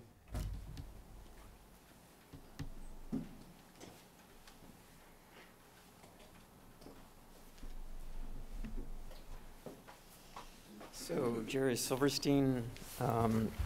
So the message that I got is you're really not considering renovations at this point. Would that be a correct assessment? Nothing is off the table right now, Jerry. No, we have not made any consideration about what the next proposal is. So let me rephrase. Right now, you're still looking at petitioning the community to see if you can find a way to get the community to support new construction. Would that be a better rephrasing of the statement? I would say that's a pretty cynical way to interpret our conversation that we're having tonight. So, okay, so let me try to be declarative. You're considering all options. One would be renovations, one would be new construction with modifications. Yes. Everything's open. So with that in mind, why couldn't the board have come to the community with a agenda vote which said there are two options. There's new construction, which costs the following, and there's renovations, which cost the following. If the board had come to the community with that position, I think you would have gotten a declarative answer from the community. Okay, but you decided not to. You decided to put all of your options into one particular approach. I think the community was saying, with the numbers that were derived from the vote, that they feel this is a very expensive proposition. And I've done the serial progression moving forward, looking at your base budget, looking at the cost of the bond, and you will put a significant number of individuals in the community in serious financial distress with the bond as was originally proposed. You're using the word affordability. I think you have to be more honest. You're putting people in harm's way. You're putting people who could no longer afford to live in the community if you do a serial progression of the base budget added to the bond. So this is more than affordability. This is survivability for an unknown number, but a significant number of individuals in the community. If you go back to the community and you do a survey which looks at what does the community want, I think part of the response, based upon my conversations with people, is a lot of people feel they cannot afford what you proposed. It's not it is affordability in a sense, but it's just survivability is a much better word. And I would really encourage the board to consider that a significant number of individuals just do not feel they can survive financially what you're proposing. And the reason I hope you will take this into account is it's no secret that a lot of people are angry that the board came forward with a proposition which, for many people, the message they got was, I'll have to leave if this proposal passes. And they took exception to the fact that the board was putting an issue in the community which would force people to leave the community.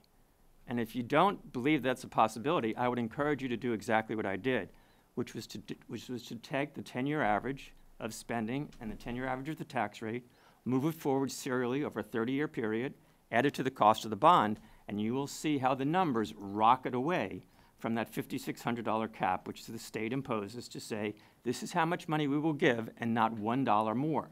There are a lot of people who simply could not afford the consequences of the board action. I would really encourage you to work very carefully because a lot of people are angry that you put a position out there which a lot of people felt which was going to require them to leave the community. And that's a pretty bold move on the part of the board to say to the community, we know, well, some of you may be financially distressed by this, but we feel this is the best interest for the students. Remember, the students constitute 11% of the community. Senior citizens constitute 18.6% of the community. Many of them are living on fixed incomes. They just don't have $5,000 or $10,000 laying around to put out for this new super school, which is how I describe it. You have a 2-story atrium eatery. You have a 750-seat performing arts center. This is more than just a new public school. This is something exceptional. I honestly believe if you did this on a per taxpayer basis, this would likely be the most expensive school ever created in this country. What I mean by per taxpayer basis is simply the fact that many other communities get financial assistance and many other communities have a much larger tax base. When Dora Whittier came to you with those comparables in Massachusetts, they did not tell you that the Massachusetts School Building Authority puts up a lot of the cost of those buildings, and they did not tell you that some of those communities have a population base which is 5 to 10-fold greater than South Burlington. On a per taxpayer basis, this is a very expensive proposition. And although there are some people there are a significant number of people in the community who are fairly well off financially, I think there are a lot of people who don't fit into that category, and they will be financially distressed. And I don't think you can just say, we have to look at the big picture. If some people become bodies as a result of this issue, then that's the price we have to pay. That's a dangerous position. Trey, what do you think is an affordable option? What is an affordable position? I Well, think that's really a conversation. Well, I we mean, I need think to- that was part of some of the feedback that we I think is important for, just hearing. I think that's been absent of the conversation, so. My feeling, Is there- David, with this, maybe I'll you don't start have with this building. I've worked in this building numerous times. I always find it a very appealing building. This building doesn't bother me at all. I've been in the high school, the gym lockers aren't that exciting. I would still be open to the possibility of a fitness center or a new gymnasium, if you will, because I do think physical fitness is important. But the scope of the project you did was so extravagant that I think a lot of people looked at it and said, is this really what public school education is all about, or is this something entirely different? I think the building was a lot more than public school education. You know, all the pictures, they were the pictures you might see in a supremely wealthy community, which had very wealthy individuals, a large population base, which I don't think South Burlington fits that regime. There are 5 other school districts in Vermont right now which are doing renovations. Nobody's knocking down buildings. Some people are doing additions, but as far as I can tell, nobody's knocking down buildings. So I would recommend that if you're going to do a survey, you ask people, would you support renovations? Where's your priority, renovations or a revised new construction? That would be my suggestion. Thanks, Jerry.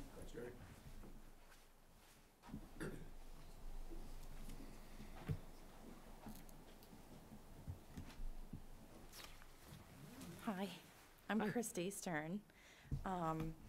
Just trying to answer some of your questions, Brian, about what brought the no vote around and what people would vote for. I can't speak for everybody, but maybe next time, just so we could work together, maybe if we saw a list of really what's needed. I know you mentioned, I think somebody mentioned HVAC, somebody mentioned mechanical, and maybe a couple of estimates so we could get behind and really understand what the school needs. And that was part of the process. I don't know if I got lost in all of the detail that was available, you know? Yeah, I think so. Maybe just a really simple list, just for people to look at. So we're like, okay, we can see HVAC is X number of years old and it's expected to survive X number of years, and here are 3 estimates, or an average even. You know. To get down to the level of that kind of detail, how much something is going to cost requires the kind of work that Dora and Whittier did, getting down to schematic drawings, really understanding the buildings. Our estimate for that was in the neighborhood of $55 to $60 million to fix the buildings, with the understanding that we would be overpopulated and therefore have to lose the tuition students who are coming if we were to take that route. And so you would then also sacrifice the $2.5 to $3 million per year that they bring in revenue and have to cut either programming and teachers accordingly or pass that cost along to the taxpayer. So this is the kind of thing that I want people to say, yes, that's what I want to do. Right. I think the $2 to $3 million in profit or revenue, I think that you said, I mean, Bridget, you brought out a good point. They're not a profit center, but, you know, I'd still like to see the cost of ownership. What do you mean, the cost of ownership? How much does it really cost us as taxpayers to have tuition in students, and is that $2 or $3 million really worth it? No, that's the profit. Yeah, I think Gary estimated somewhere in the neighborhood of 10% went to operating costs, and so we're talking $2.5 million to $3 million that we get to use for stuff. What is that? Could we see that broken out? Bridget, I don't know if you. That's not my understanding of how it works, Brian. No? I would have to sit down with Gary and put together an analysis to really describe it. The state determines how we calculate what tuition is, with the understanding that tuition pays for the services that we're providing to those students. The benefit, the economy of scale, is that that number of students being in the building allows us to have a breadth of programming that we would not otherwise have. Well, because they don't require more heat, they don't require another teacher. Right. There are certain fixed costs of having the buildings here and other fixed costs. And so, for example, an AP class, isn't worth running if it has 3 students in it. But if we increase that to 7 or 8 students, perhaps then it's worth running. That's just a random, estimate.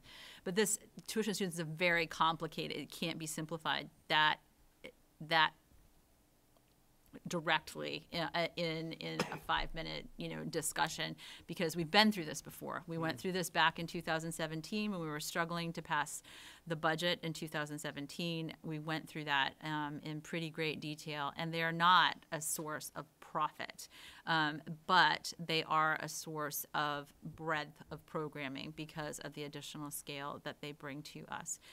What I am hearing now is clarity for the community on kind of cost benefit of the base of students, and does not having them here allow a trade-off or compromise, and does having them here add benefit in some meaningful way to whatever path we end up going down. That's what I'm hearing from you. Yeah. I think the important thing was that, just extracting the tuition students, if that was a direction, does not mean that we don't do anything. I mean, we still have all of the system issues, all of the things in phase one. Those are items that the kitchen, the cafeteria, those don't go away. And well, you're talking about infrastructure, but like an example of one of the things that we talked about in the bond itself is it doesn't create adjacencies of space, for instance, in terms of the performing arts and the STEM classes and things like that. So there's still limitations within the high school building, for instance, that the tuition students don't make the cafeteria necessarily bigger or fix the kitchen or things like that. They would help with space issues if cafeteria is overcrowded. They'd help a little, but again, we're already significantly over. We're significantly over. Again, if you've been in cafeteria too, we've had a couple of public meetings there. It's really small, right? When you're trying to feed, even if we lowered the number to 800, you're trying to run. It's just not. So we have all kinds of overflow spaces into the, into our entryways all over the building, and it's just not. It's very, very difficult to move around, And even if you were at the allowable number, And if we take them out, we're still expecting 125 more students at the high school over the next 10 years. So you're right back up at capacity or over capacity pretty quickly. And we see the bubble in elementary enrollment already increasing. We're already above where we expected to be in terms of elementary enrollment. We need to be planning for that enrollment now. So I think we're at a level of detail that we did not really intend to get into a back and forth. This is the kind of stuff that we do need to have a broader discussion about. I think tonight is not really the right night to get into the nitty-gritty detail of it, but yeah, I think the point is there are some specific areas that I think clarity was not provided to the point where I think it was left to the community to make the trade-off of what the board felt. We made some of those trade-off decisions during our process. And what I'm hearing is there's specific areas, and you've identified a couple of them here, that you want to have that discussion at. Well, we want to hear that too. What are those areas, and then how do we manage that deliberation within the community? Secondly, I would just say a lot of people are very upset that the board took a $350,000 credit line to do marketing and analysis, and the community at large did not feel we were part of that.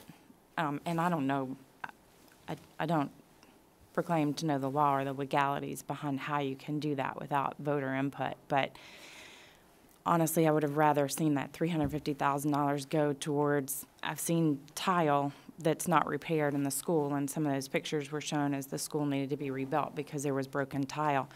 I know $350,000 would have repaired that, what I saw in the picture, easily plus. So just a bigger voice from the public in how we use that amount of money. That was a lot of money in marketing. I understand you had to do some due diligence. I'm not saying that, but at least let us talk about it or have a conversation. That was a chunk of change, for lack of a better word. So I hope that helps clarify why people were really upset. And the affordability, I mean, I told you last board meeting, our taxes with just the bond alone would have gone up $400 a month.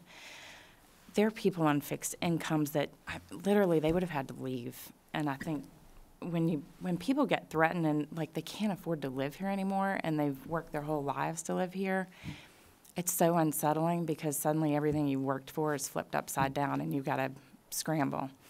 So I hope that helps. And then lastly, I know you guys are going to come up on negotiations with the union, but I was wondering if there was any way we could get a salary bandwidth of teachers, how many teachers are within that bandwidth, what their raises have been for the last 5 years, correlated with their educational background and their tenure. It's all public. I think that's all public. Is it, where can I find that? It's all public. Oh, I hear it's public. Where can I find it? Though. I mean, all that information is public and available, whether it's packaged in that analysis in some place that's easy to find, probably not. I think that's the hard part. This information that, to your point, Bridget, is public is so hard to find and so hard to pull together. And I know it's not only at this level, it seems like it's complicated with the state as well, as you keep alluding to. So, you know, if as a community, we could even go one step further and lobby the state to help make things clearer, you know, if that would help you guys on a local level. Yeah, well, again, and not to get into the back and forth, but, you know, part of our work around this particular topic, we've been at for a long time. Some of us in the room have been at it for a long time to try to look at a way in which we can begin to address these issues. These did not come to be in 1 year. These are Right. issues that have been in play since buildings were built. And you would not run your home like this. Again, we are fortunate that we've had a stewardship plan that begins to address them, but many schools in Vermont don't have anything, have done nothing, and many of them are in tough places. We don't think that's the right approach for Vermont or any Vermont student, and so we have been advocating. Some board members around the table, myself, and others have been advocating for an improved outcome.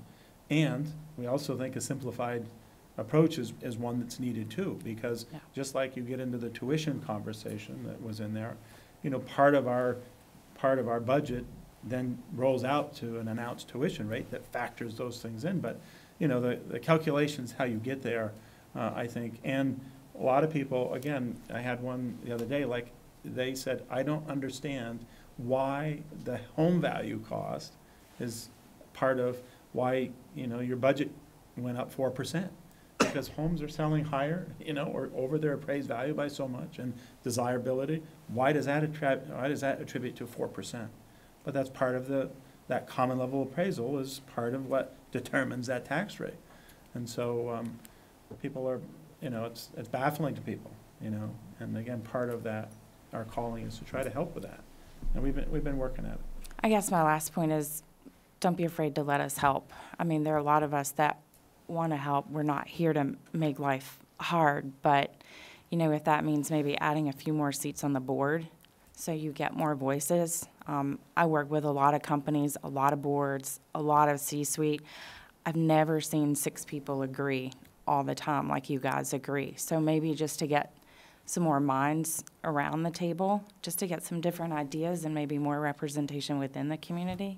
Just a thought. Well, there's only it's a 5-member board. Oh, I'm sorry. I don't serve on the board, I serve the board and work for the community. So I want to be clear about that, and, you know, then that's the current structure. We have had that discussion in the past. It does require a charter change, which has to go to the legislature, I believe.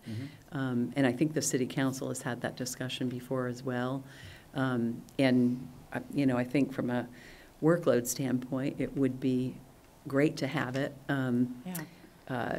You know, I'd also say we turn over 2 board seats every year, and we often run uncontested for these exciting positions. So, that's a lot of work. Even getting 2 more, if going through the charter change and getting 2 more seats and that sort of thing, when there may be other avenues to get the feedback too. I mean, at this point, I think people would be willing to fill those 2 board seats if we could start the process for making a charter change. And Bridget, to your point, if we're getting more students and more families in, we probably need more representation on the board, because it is a lot of work on you guys.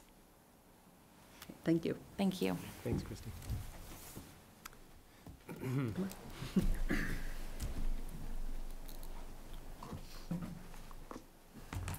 Hello, Kathy Easton. I would like to say to you that I think some of the discussion that's been had and the comments between yourselves of sort of stepping back and taking a breath makes a lot of sense. Makes a lot of sense. Because I think the community has been through a difficult, sort of cantankerous time. And I think the dust needs to settle. And I'm a person that as soon as people start talking to me about, well, we have to move ahead with this, there's urgency because of rising costs, or there's urgency because of rising student population, I kind of think that there is more urgency in letting the community really come together and see what they can agree to find out what they could really support, not just morally, but also financially. And the tack that you're taking now of, instead of telling the community, of listening more with the community and speaking with them about some of the issues that you're trying to address, I think are very important. Kathy, can I just ask you a question? Yeah. I don't want to interrupt your flow, but can I just ask Yes, ma'am. if you would have advice about how to gather that feedback? Because this isn't a new thing, Right. asking for feedback, asking for input. There have been numerous visioning sessions, community, report outs on both the phase 1 study, the phase 2 study.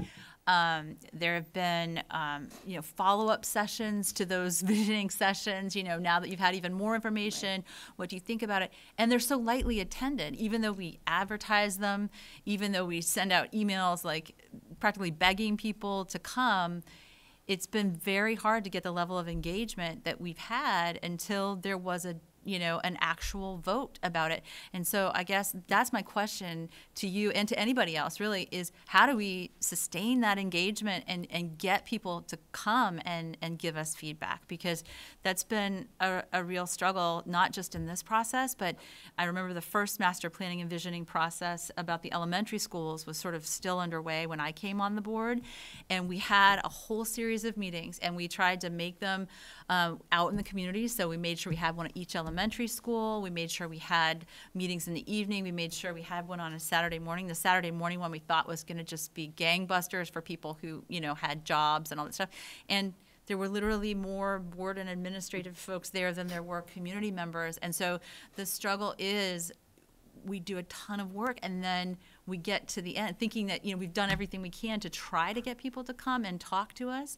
And then we get to the end, and everyone says, "You didn't engage with the community. You didn't listen to us." And so it's a conundrum that we're really struggling with, and we do want that feedback. And I don't mean to put you on the spot. No. Anyone else can answer that question, or we should continue to listen to the answer to that question. But how do we get people to really give us honest feedback along the way, so we don't end up in another situation where we're asking people for things that they just can't accept? Exactly. And I understand you've done a lot of work. And you look at this election as an example. You had 2 school board positions uncontested. You had one of the hottest issue voting years that we've had in a long time. And I think the voter turnout of all eligible voters was a little over 54%. Yep. Usually, maybe we're lucky if we get 20%. But I think you get people's attentions when suddenly they feel that their wallet is being lifted from a pocket, and there's a price attached to it. I think it's just one of those things in life that it's hard to get people to turn out until they feel a sense of urgency. And I can guarantee you that they now feel there's a sense of urgency about this issue. And I think a lot of people in the community genuinely, they support the community and they support education. But one of the other issues, to me at least, is that there's a sort of a dysfunctional family going on in the community, in that we can't sense a lot of coordination between the city council and the school board in telling us about these projects. And so you always just wonder, what is the next shoe that's going to drop? And I actually think that, there are a lot of frugal people in this community, and the senior community is part of it. But talk about urgency, the volatility in the stock market just recently, and pension plans in the state, pension plans for people. It's all, you want to get people excited. They are concerned about that. But I think people would genuinely like to support affordable community projects, whether it's the school, but I think they really have to understand that that you're trying to meet needs in an affordable way. And the last thing, just to mention, because Martin Lalonde has has spoken at some length about, here's one of your quotes, "We have a responsibility at the state legislative level to educate all of our kids and to make sure there's equity in education, which means equity in the infrastructure." And I certainly hope that the state is going to move and address some of the issues or some kind of survey in the 300 buildings. But the other thing I would just ask you to look into, and I don't know a great deal about it, but Doran Whittier has been said that they were chosen in part because they have a good track record of meeting their budgets. Well, I went and did some research about the North Reading School District in Massachusetts that had a school project that started right around 2012. And PMA Consultants were the project manager, Gilbane Building Company was a construction manager, and Doran Whittier were the architects. The original cost came in between professional services and construction at $107.7 million. And it was the same kind of thing we're talking about. So the community decided to go ahead. They came right back around and said, no, we need another $15.5 million. And the community said, what we are running up against is that our estimate that was developed back in the schematic phase undervalued the project, and the project is higher than was forecast. So then, to find out the rest of this, because then it became eventually pretty confidential, I had to go back and start reading the Secondary School Building Committee minutes year after year, trying to look through, and they said that PMA and Doran Whittier had different estimates. Then they said the next year, well, we're having discussions with them. Then they said that PMA and Doran Whittier wouldn't go to mediation. So when I was at the meeting on the 2nd, I saw a Doran Whittier representative. And he said that that's still in litigation. He can't talk about it. So that's one of the things I would just suggest, because the people in the community are really. So I can speak to that one a bit, because I Can heard you? about that school too. Yeah. And they went through the same process there that we did here, Right. where you do cost reconciliation. Right. And they came in $14 or $15 million apart, They whatever did. it was. And Doran Whittier's was the higher estimate, and they, in the end, were correct about the cost of the project, but the school bonded for the lower amount. Well. And so Doran Whittier went through the process of value engineering, which we did here too, to Right. get down to that lower amount. And the school said, we actually want that stuff to be in, not out. And so they went and rebonded for the higher amount that Doran Whittier had actually come up Well, with. Doran Whittier was actually $4 million over PMA, and the school board elected to go with PMA. So Doran Whittier may have been higher, but in the end, they're still in litigation, and they're having to cough up legal fees. So I would just say that I think the community would appreciate having more opportunity to get involved, but also to really look at some of the money issues. But I personally, I like your approach of stepping back, taking a breath, and giving this a little time to percolate. But anyway, thank you Thank very you. much. Thanks, Thank you. Kathy. Tom?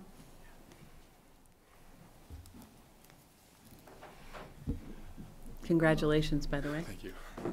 I'm Thomas Chittenden, and I'm here tonight just as a resident and only representing myself, not the council by any means. And I wasn't going to speak, but Mrs. Easton there inspired me to do so. One thing I'd like the community to know, that the council is going to be discussing a project that we're going to be asking the community to weigh in on pretty soon, the recreation center. That's going to be about 0.7 miles down the street. And I just want to emphasize with you all, it's hard to know what the community wants. And in these roles, we don't have magic balls to read everybody's minds. So we definitely want people to come out to speak to us at the meetings and to give us clear indications of where they stand on these topics before the vote. But know that that's why we conduct these votes, because ultimately it's up to the voters. So I just want to say that as just one resident and a current counselor of the body, I really look forward to opportunities to find how this rec center that the city council has been talking about for about 30 years or so, between the range of $17 and $20 million, can somehow, 0.7 miles away from your high school, fit some of the needs of the school system. I know we've had those conversations, but I just think it's, I've sensed a yearning from the community to find ways to have the city and the school meet each other's goals, and also whilst at the same time creating facilities that are accessible to the entire spectrum of our residents. So that's all I wanted to say. And thank you for all your hard work. You guys do a great job. Thank you too. Thanks.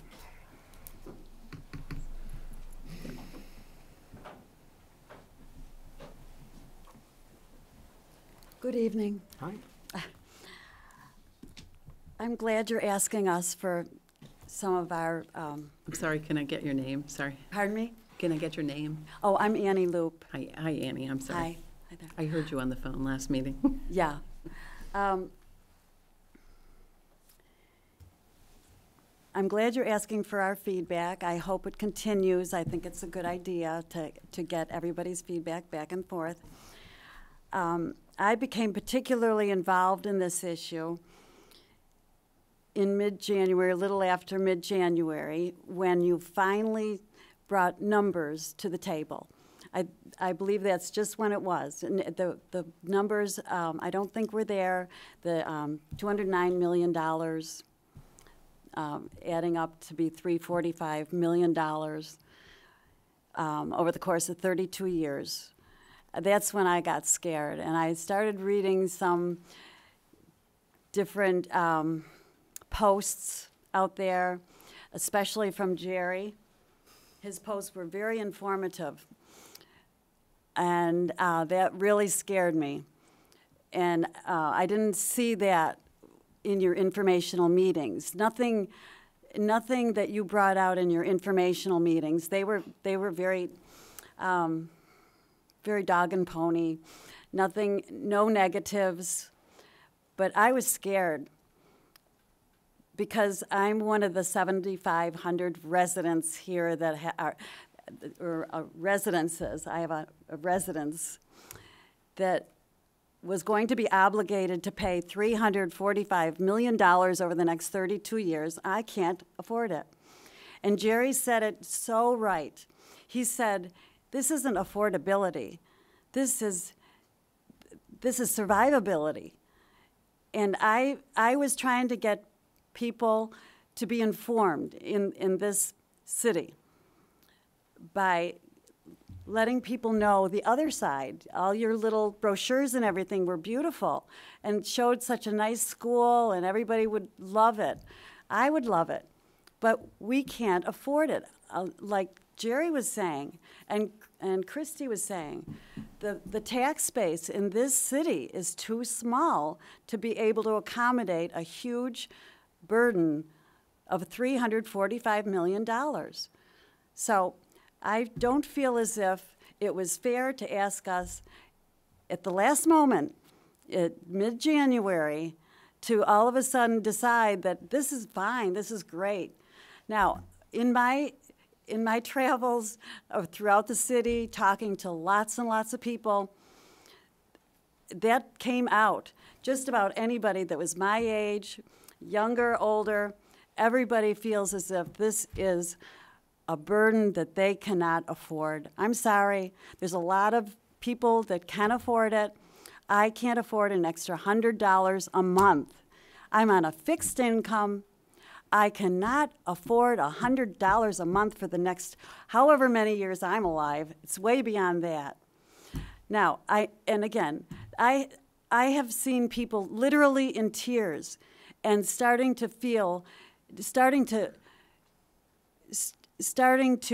look into the future as to what are they going to do when they lose their home. I am not kidding you.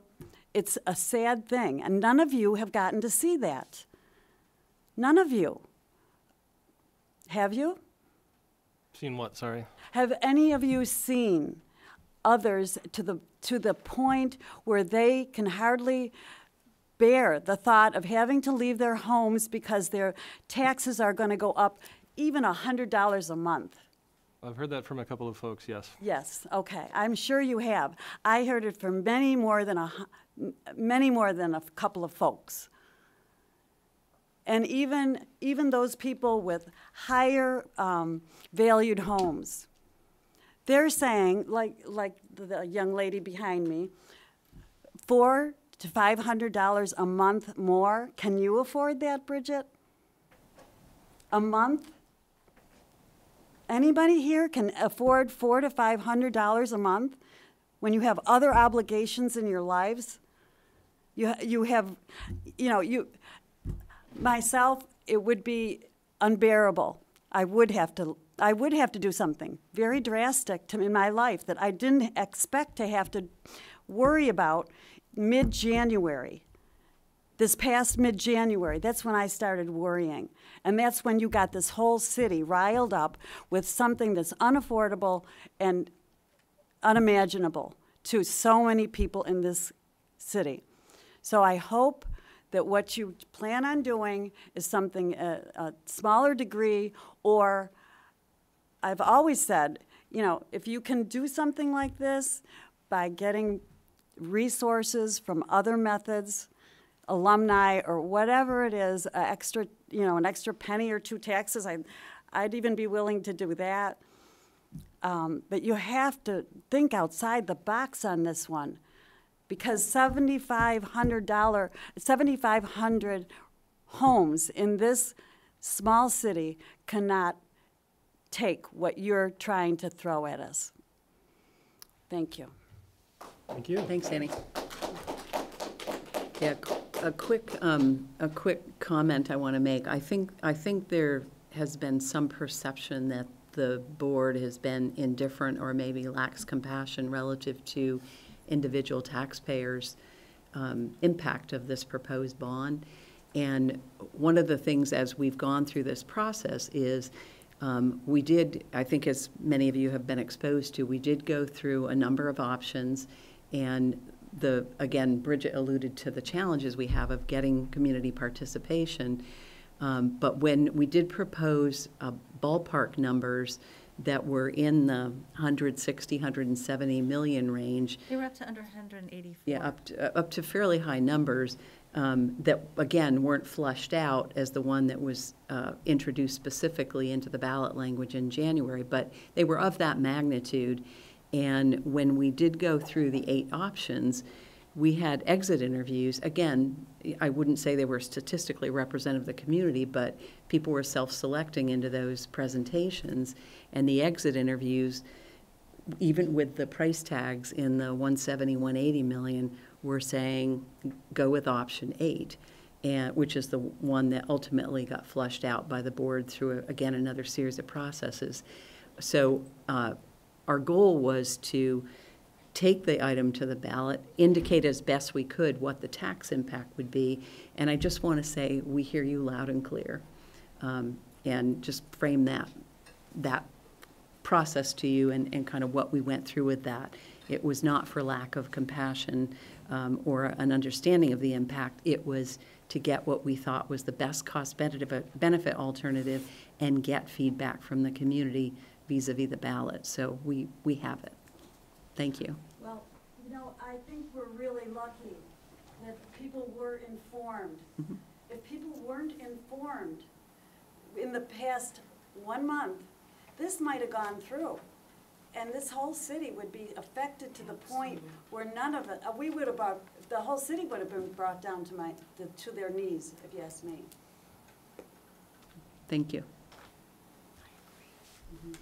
I'll be quick. Thank you, Jerry. You knew what I was going to say. You knew. David. We'll have to wait for the yield to come back from the state after time. Okay. So right now where we are is 11.22% increase in the tax rate. We're in a reappraisal right now. If you can believe the CLA, we're 10% undervalued. So I expect when the reappraisal is completed, houses in South Burlington will be 10% greater in value. The tax assessment is tax rate times the assessed value of your home. So this year, your tax rate is up 11.22%. It's directly proportional to my tax assessment, so we know that my tax assessment is going up if that stays 11.22%. In FY 2022, okay, FY 22, with the appraisal completed, I expect the assessed value of my home to be up 10%. So this year, it's 11.22% increase in tax assessment. Next year, if you have a flat tax rate I'm still going to be up another 10% in my tax assessment. All of those numbers are independent of the bond. When you enter into the bond impact, the financial bond impact, you're looking at a big number. Now, you're saying you went out to the community. The community did not know until very recently the real hard numbers. So if you take over the next 2 fiscal years a 20% increase in the tax assessment of everybody, and you then tell people that's totally independent of the bond, that brings home the message to the community as to the financial magnitude of what you're bringing. Now, the truth is, even without new construction, you have renovations, I say somewhere between 31 and 55 million. I'm still looking for the data for the 55, but that's going to cost money. So even with the renovations, the community is looking at probably a 25% increase in their tax assessment over the next 2 fiscal years. We're dealing with real numbers here, and when people hear the real numbers, that's when they get scared. It's not enough to come to the community with ideas. They've got to see, what's the impact on my bottom line? When I get my city tax bill in July, how much is that tax assessment going to be? That's where the rubber meets the road, and that's what people are scared about. Can I just say one thing about the CLA? And Gary can back me up on this. So your actual tax rate changes after that appraisal. The whole point of the appraisal is that that CLA goes from 0.89 to 1. So when you're calculating that tax rate, if that tax rate were calculated with a 1 as opposed to a 0.89, because you divide it by that number to get to your final tax rate, so to add that 10% is not correct. That's not good math. So the 11.22% this year would be between 7 and 8% if the CLA was 1. We've already agreed that. We agreed in past meetings that that would be the case. The 11.22% would be between 7 and 8% if the CLA was 1. So you're right. When the CLA is reset at 1, it's going to impact the tax rate. But don't think it means the tax rate is going to go into the negative category. I doubt that very seriously. I doubt you're going to go back negative. We're going to see an increase once that reappraisal is done, because the state says very legitimately the value of a house should be one of the considering factors in determining how much people pay on a statewide basis. That's equity. So whether we like it or not, it is fair. We're looking at real tax impacts in the next 2 years, independent of the bond. Even with renovations, we're looking at increased costs. My point that I've always said to the board is you need to come to the community with real numbers, full honesty, full transparency, so that everybody understands. If you can get a yes from the community then, that's fine. I don't think that's happened to this point. I don't think, and this is backed up with these people, I don't think people really understood the numbers until January. Less than 2 months before you came to the community with a vote, the hard numbers came out. And less than 1 month before that vote, you had to revise one of your tables because it wasn't totally congruous with Vermont state education tax law. So I would not consider that to be a good approach. That's my opinion. Yeah, the only thing I would say is that, and I think the board has exercised, full transparency. We've had a number of meetings. The fact of the matter is trying to get numbers, even as we build a budget starting in October, it's very difficult for us to be able to get the actual numbers to be able to do that, even on a normal basis, right? That's part of the education funding process, right? Equalized pupils, yield, all those things we don't know. So it's far better. I mean, this is the struggle that the board has to be transparent, is you want to have the right facts before you put out facts. Don't put out false facts, right? So it's always kind of that. But as far as respect to the board, there's been full transparency. There's been a full willingness to we've had our meetings in public, and there's been a process delineated where we've been receiving feedback. I think, again, it came up earlier, is how do we get the level of involvement even at these meetings, right? I mean, our represented population is not necessarily coming out and asking the question. So I think the board generally has been, for as long as I've been around, eager to receive feedback, right? Willingness to do that. And so I want to be sensitive to the transparency, a willingness to meet, and a willingness to communicate. And I think the board has exhibited a lot of time and effort to do it. Now, that being said, we're looking for ideas and feedback to do that on how we can move from here to there. It's in our best interest, right? The sustainability of a healthy community is to ensure all of the parts are working well, whether it's a city or the school, and those all translate into the home values of which people hope that they're assessed asset will increase. And what we know is homes are continuing to do that. So systems are, is a desirable place to be. But we got to have those in check. And I think the board is wanting that feedback. And again, we're hearing about the city and the overall plan. So I want to be just clear about, I think the board has been as diligent as they can. We're looking for alternative ideas, and that's our hope going forward. Yeah, I think one thing I heard was the ability for individual taxpayers to go in with income, home value, and assess what the impact would be. And I know the state's come out with a recent tool that has a lot of caveats associated with it as well. I don't know if that would be possible, but I have heard from some community members that kind of a tool would be helpful with any bond investment that the city or the school might look at. Table is very helpful.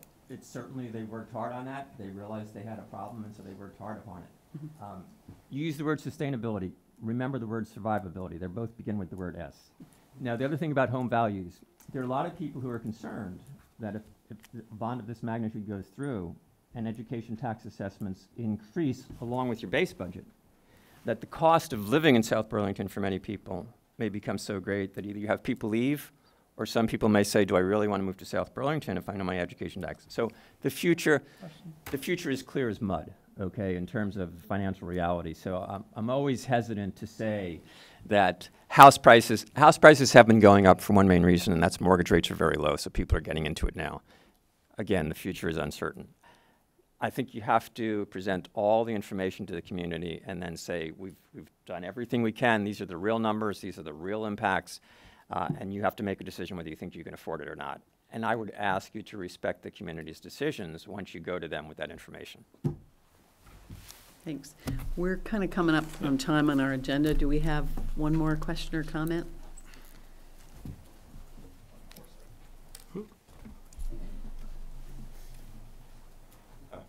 Dan Emmons. Hey, Dan. I just want to, I'm not going to sit here and chastise anybody or criticize anybody. I just want to bring attention to the fact that it's very unfortunate now that we're in this situation where the community has lost trust in the board and the administration. I can see that you're all visibly, you're upset about what has happened. You're disappointed. I know you've put a lot of work into it. We do appreciate that. But as you know, as we all know, it just wasn't going to work. So moving forward, yes, we have an engagement problem. There's no doubt about that. I'm guilty of it myself, and I can admit that. Yes, I was aware of all this going on, wanted to get involved, but too busy in my life to do that. I think that's a problem with everybody. It's not necessarily a problem, but it's just life. But in the bigger picture, yes, we do need to find creative ways to improve engagement, but also there needs to also be a way that this board can gain trust back in the community and the administration as well. That's going to be a difficult task because of the ramifications, the feelings that have just been put through to people from this situation. So I don't know how we move forward with that. Engagement, I mean, I know that, we have enough people right now that are paying attention that, engagement now is the time to make sure that people do get engaged. But that said, I hope that we can gain trust back, and that's, as you know, it's difficult. So that's all I wanted to say. And then other comments were questions. So when will we know more about negotiations and how that's gonna play out? And then the other thought is we have a budget that needs to be represented to the community. One thing that we heard when Tom Hubbard gave the city budget presentation was we heard a lot of cost cutting, the word cost cutting, sustainability. He talked about going to the department heads and what they could do to shave off. Granted, they only took off $100,000, but that showed a really good effort that, yes, we did this, and they really were concerned about cutting costs. I think that they came back with a very responsible budget. We look at what we're looking at with the 1122. That scared people as well. So we have to figure out. I know you guys got a lot of work to do, and I hope you're up to the task. I know you kind of have to be, but we can figure out how to move forward. Yeah. That's all. Thanks, Dan. So, Thank I you. remember from Tom Hubbard's speech, I believe that new employees are going to be moved into a benefit package that does not include a pension. Is that, correct me if I'm He wrong did on say that, yes. Okay. I I think would it's say a that's a defined- non-starter in education. Yeah, unfortunately. Yeah, we Yeah. don't, but, Yeah. but I yeah. think there's different, again, there's Yeah. different things in play in the city. Yeah. It's- Of and, course you there know, is. We can, Yeah. we can, I mean, we want to be good partners with the city. Again, Right. this is, we're all together in this, Mhm. right? And we really, as you heard earlier, we want to make sure that we're providing a unified front around our collaboration and our efforts going forward. Different funding stream totally, right? Different Of course. funding Yep. pieces. Yep. But Understand that. nonetheless, it all affects the community, and we Mhm. want to really support what we think is needed, so, yeah. Thanks, Dan. You're welcome. Yeah, Thank you. Thanks, Dan. All right, I think we will move on with our agenda. We're a little bit behind time here. Thank you all for contributing feedback, and I hope we'll continue to see you at our meetings. All right, we'll move on to a negotiations update. Do you want to give that, Bridget? We have another meeting scheduled with the SBEA on March 16th. So just continuing negotiations on March 16th. There's not really a lot of other update than that at the moment. Yeah. Martin? Yeah, and we're going to be negotiating with the staff as well on March 16th. 2 separate negotiations, but same day. And the 30th as well, right? We've already got it on the calendar. Yeah, and the 30th. Yep. Yeah, We'll we be have s- other dates on the calendar, but I don't have, I know that, Yeah, I yeah. think the 30th is also on our calendar, I believe, but I don't have all the other dates in front of me. But yes, there are about 3 or 4 meetings scheduled out on the So SBA. those are in progress. Yep. Right, we'll move on to Agenda 17, other paper articles. I think I have material for my article now. And Grist for what's the the mill. target draft? Yep. So those should be kind of circulated to the board sometime before the 26th. Yep, I hope to get it much sooner than that. Thank you. Great. I do have, I have given the board a different synopsis of kind of a more historical perspective all the way back. I gave it to the board last time. Unfortunately, we don't have the St. Mike's, the Vince Paul Duke exit stuff, but I'd been kind of keeping, I think actually Martin, I give Martin credit for starting that way back. I don't know how many years ago it was, but we've kind of kept that going. So I've asked for Jonathan Katz, our data person, to kind of update that, so I can give that to you, Alex, as well. Again, I think this information is pretty good for you too, right? Yes. Yeah. Yeah, and just for the benefit of the board, the other paper this is a school board column, so the other paper had some feedback about David and Mike Martin authoring the SBAC results. So I did graciously take the contributions that David and Mike did develop and put it under my name. Nice. Okay. And I didn't even credit them either. No, it's fine. I'll just acknowledge that publicly. All right. And I think Delaney knows too. Yes. Again, she was not, she's been aware, she's going to do a thing on mental health. Yeah, we'll make sure she kind of knows a target date there. All right, setting the agenda for the March 18th meeting. Okay, so are we having a March 11th meeting as well? Yeah, so we'll come up with that one. Budget, yeah. That will Yeah. be just budget. Only budget. And there was something. As will the 16th. Social media policy, I think we had added earlier, needs to go on here. Yeah. And can we circulate the, maybe have those available, the code of conduct and conflict of interest for signature? Any other feedback on the meeting on the 18th? All right, seeing none, we will move to agenda item 19, future agenda items. Oh, one quick question. When will we start to see enrollment data for kindergarten? I noticed that the signs were out for kindergarten enrollment, but I don't know. Be a while. It'll be a while, April, May? Yeah, I mean, I'll give you some updates along the way, I mean, as they start to come in, but typically we just don't, they happen so infrequent, you know, but I'll start giving you some updates along the way. Okay. Yeah, and when I say along the way, definitely April timeframe. Okay. You know. Okay, future agenda items? I've got a couple comments on that. One, the one at the bottom is Juul. Right now, I believe the Senate is considering passing a ban on flavored nicotine delivery devices. Is that, are you up to speed on that, Martin? I have enough trouble just tracking what the House is doing, so I don't know what the Okay, Senate's doing. yeah, I asked Maida yesterday, and she couldn't quite check. So I checked the bill, and hopefully that ban goes through. And I don't know, if it does get through the Senate, I believe it would need a motion to, I guess, suspend the rules regarding crossover deadlines in order for it to get past the House and then to the governor's desk. Is that right? I don't know. Okay. And one more thing on that. Alex, just real quick, this particular item as relates to the board was on the Jewel litigation. Yeah, the That lawsuit. the board, Yeah. was engaged in. I know, but I see it, and, you know, my temperature rises, and I'm in fighting mode. And one other thing, I think I mentioned Monday night the possibility of adding a 7th or more board members if we had more work to do, and it was suggested tonight by somebody else. So perhaps we could put this on as a future agenda item as well, and at least. Board configuration and charter impact. Yeah. And now we've got, this looks like a record of number of future agenda items that we've had on here. In the last 3 years, I've not seen, I don't know, I think we're closing in on 20. So a question as well, the mathematics curriculum, is that what the A math audit will experts- inform? Yeah, that we're going to be informing that, so. Doesn't that more inform a selection of a vendor, Yeah, the audit? Well. Is that what that is, or they're not going to look at the curriculum so much, or? No, they're gonna look at how we deliver. Yeah, our that's what I math thought, services. so this is going to perhaps give us an What was answer your to that question, one. Elizabeth? What Well, was, the audit that Mike discussed with us this evening would inform the potential need for a new math reading curriculum? Just, it would That's a- inform that us was the of how we're question, sorry. doing related to our delivery of our math curriculum.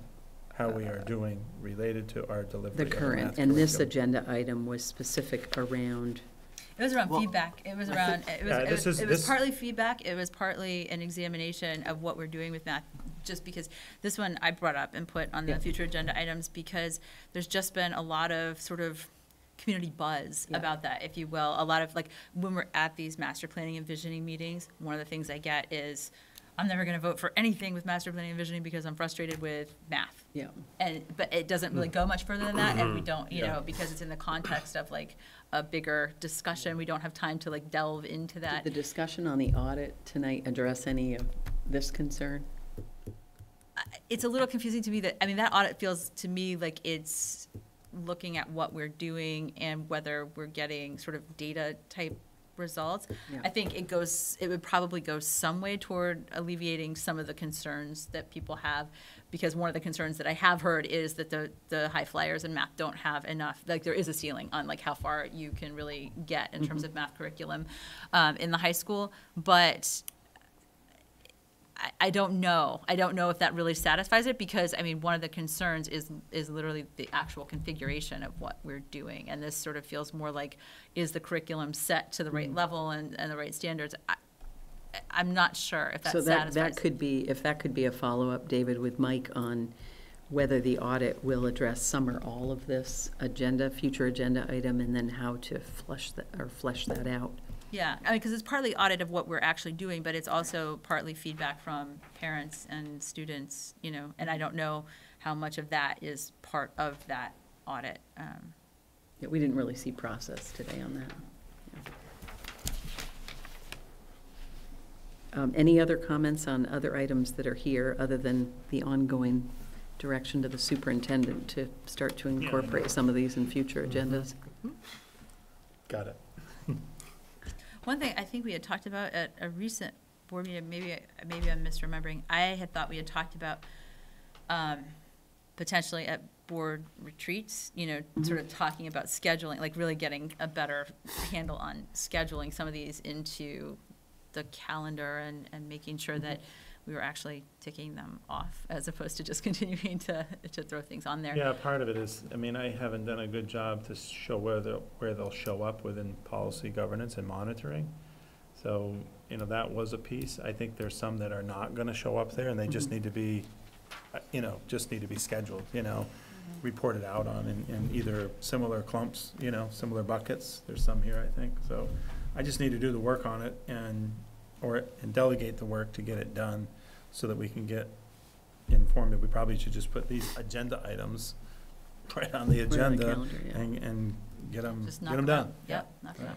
Yeah, one I would notice is we may have addressed the social media policy Yep. review Tonight. with the modest change that we're looking for feedback on. Yep. I wouldn't take it out just yet. Say, but can we when cross take one out- off? Yeah, cross it out, I yeah, think we can. until it's done. Can't we? And then I'd also say that does prompt the need, typically after board reorganization, after town meeting, we do schedule a retreat Mhm. to get some of this backlog work addressed. So I might ask David to sort of start looking at a date. I can't remember the time frame we usually. So is this separate or different from the working session we have scheduled for Wednesday, the 25th of this month? Wednesday, the that's- 25th. I don't know what the 25th is. I think it's the evening of the 25th, yeah. I got a working session written down anyway. I Yeah, don't we remember use, if we did this a we year use the ago. same language, Oh. we alternate language between retreat and working session. Okay. So, at least that's my understanding. We've Yeah, it always was- called it is it a scheduled board as a retreat. Tonight on the 25th. Yeah. 3-hour work session. A retreat sounds actually kind of desirable. Yeah, I know.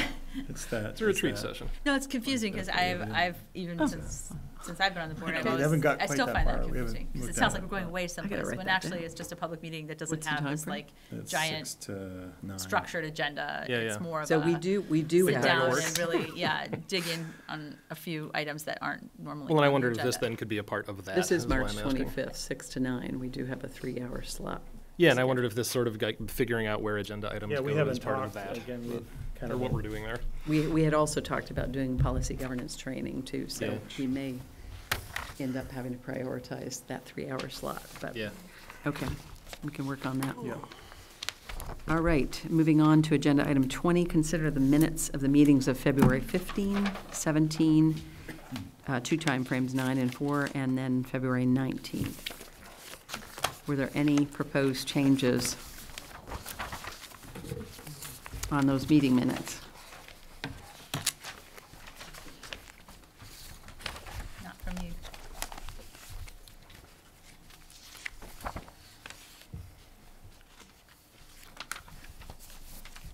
All right, seeing none, those are approved.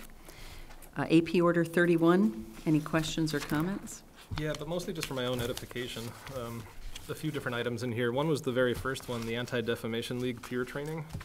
I was just wondering if you knew what that was, David, or? I don't, off the Okay. top of my head, I can find out, Phil, Brian. Yeah, just curious. I And have then an the idea, but I better check. Yeah. The second one was the bottom of page 12. I was curious about the interpreter services. Is that for students new to the district and their families, it's English as a second language, or? Yes, yep. Okay, that's what I figured. I'm sorry, what was that one? Interpreter. Interpreter services at the interpreters. bottom of page 12 for about 10 grand. I was just wondering what they were being used for. And I can't find the third one, so let's call it even. Oh, it's the middle school Green Mountain Power Charge. I was curious why it was so much larger than the other schools. Let me see if I can actually find where that is. So this is at the top of page 7. And the middle school came in at 11 grand, where the elementary schools were around 3. I just didn't know why the big difference between facilities. Yeah, we'd have to look at what's been the. Yeah, like I say, just curious, but yeah. Yep, no problem. That would be worth checking on. A quick side note to that, I noted that the city talked about the uses Solar. of the savings of the solar array, and we participate in that as well. Missed opportunity. So that would be, I think, a good opportunity to kind of document what the savings has been by our participation, and then if we're utilizing those funds in any specific energy efficiency projects, that would be helpful. Is that clear? Do people know that, Yeah. you know that we have an array together? Mhm. Yes, that's on the landfill, and we benefit from credits. Mhm. Okay. Anyway, that was it for my questions. So. Yep. All right, seeing no other questions on that, I will take a motion to adjourn. So moved. Second that? All in favor? Aye. And we are adjourned. Thank you.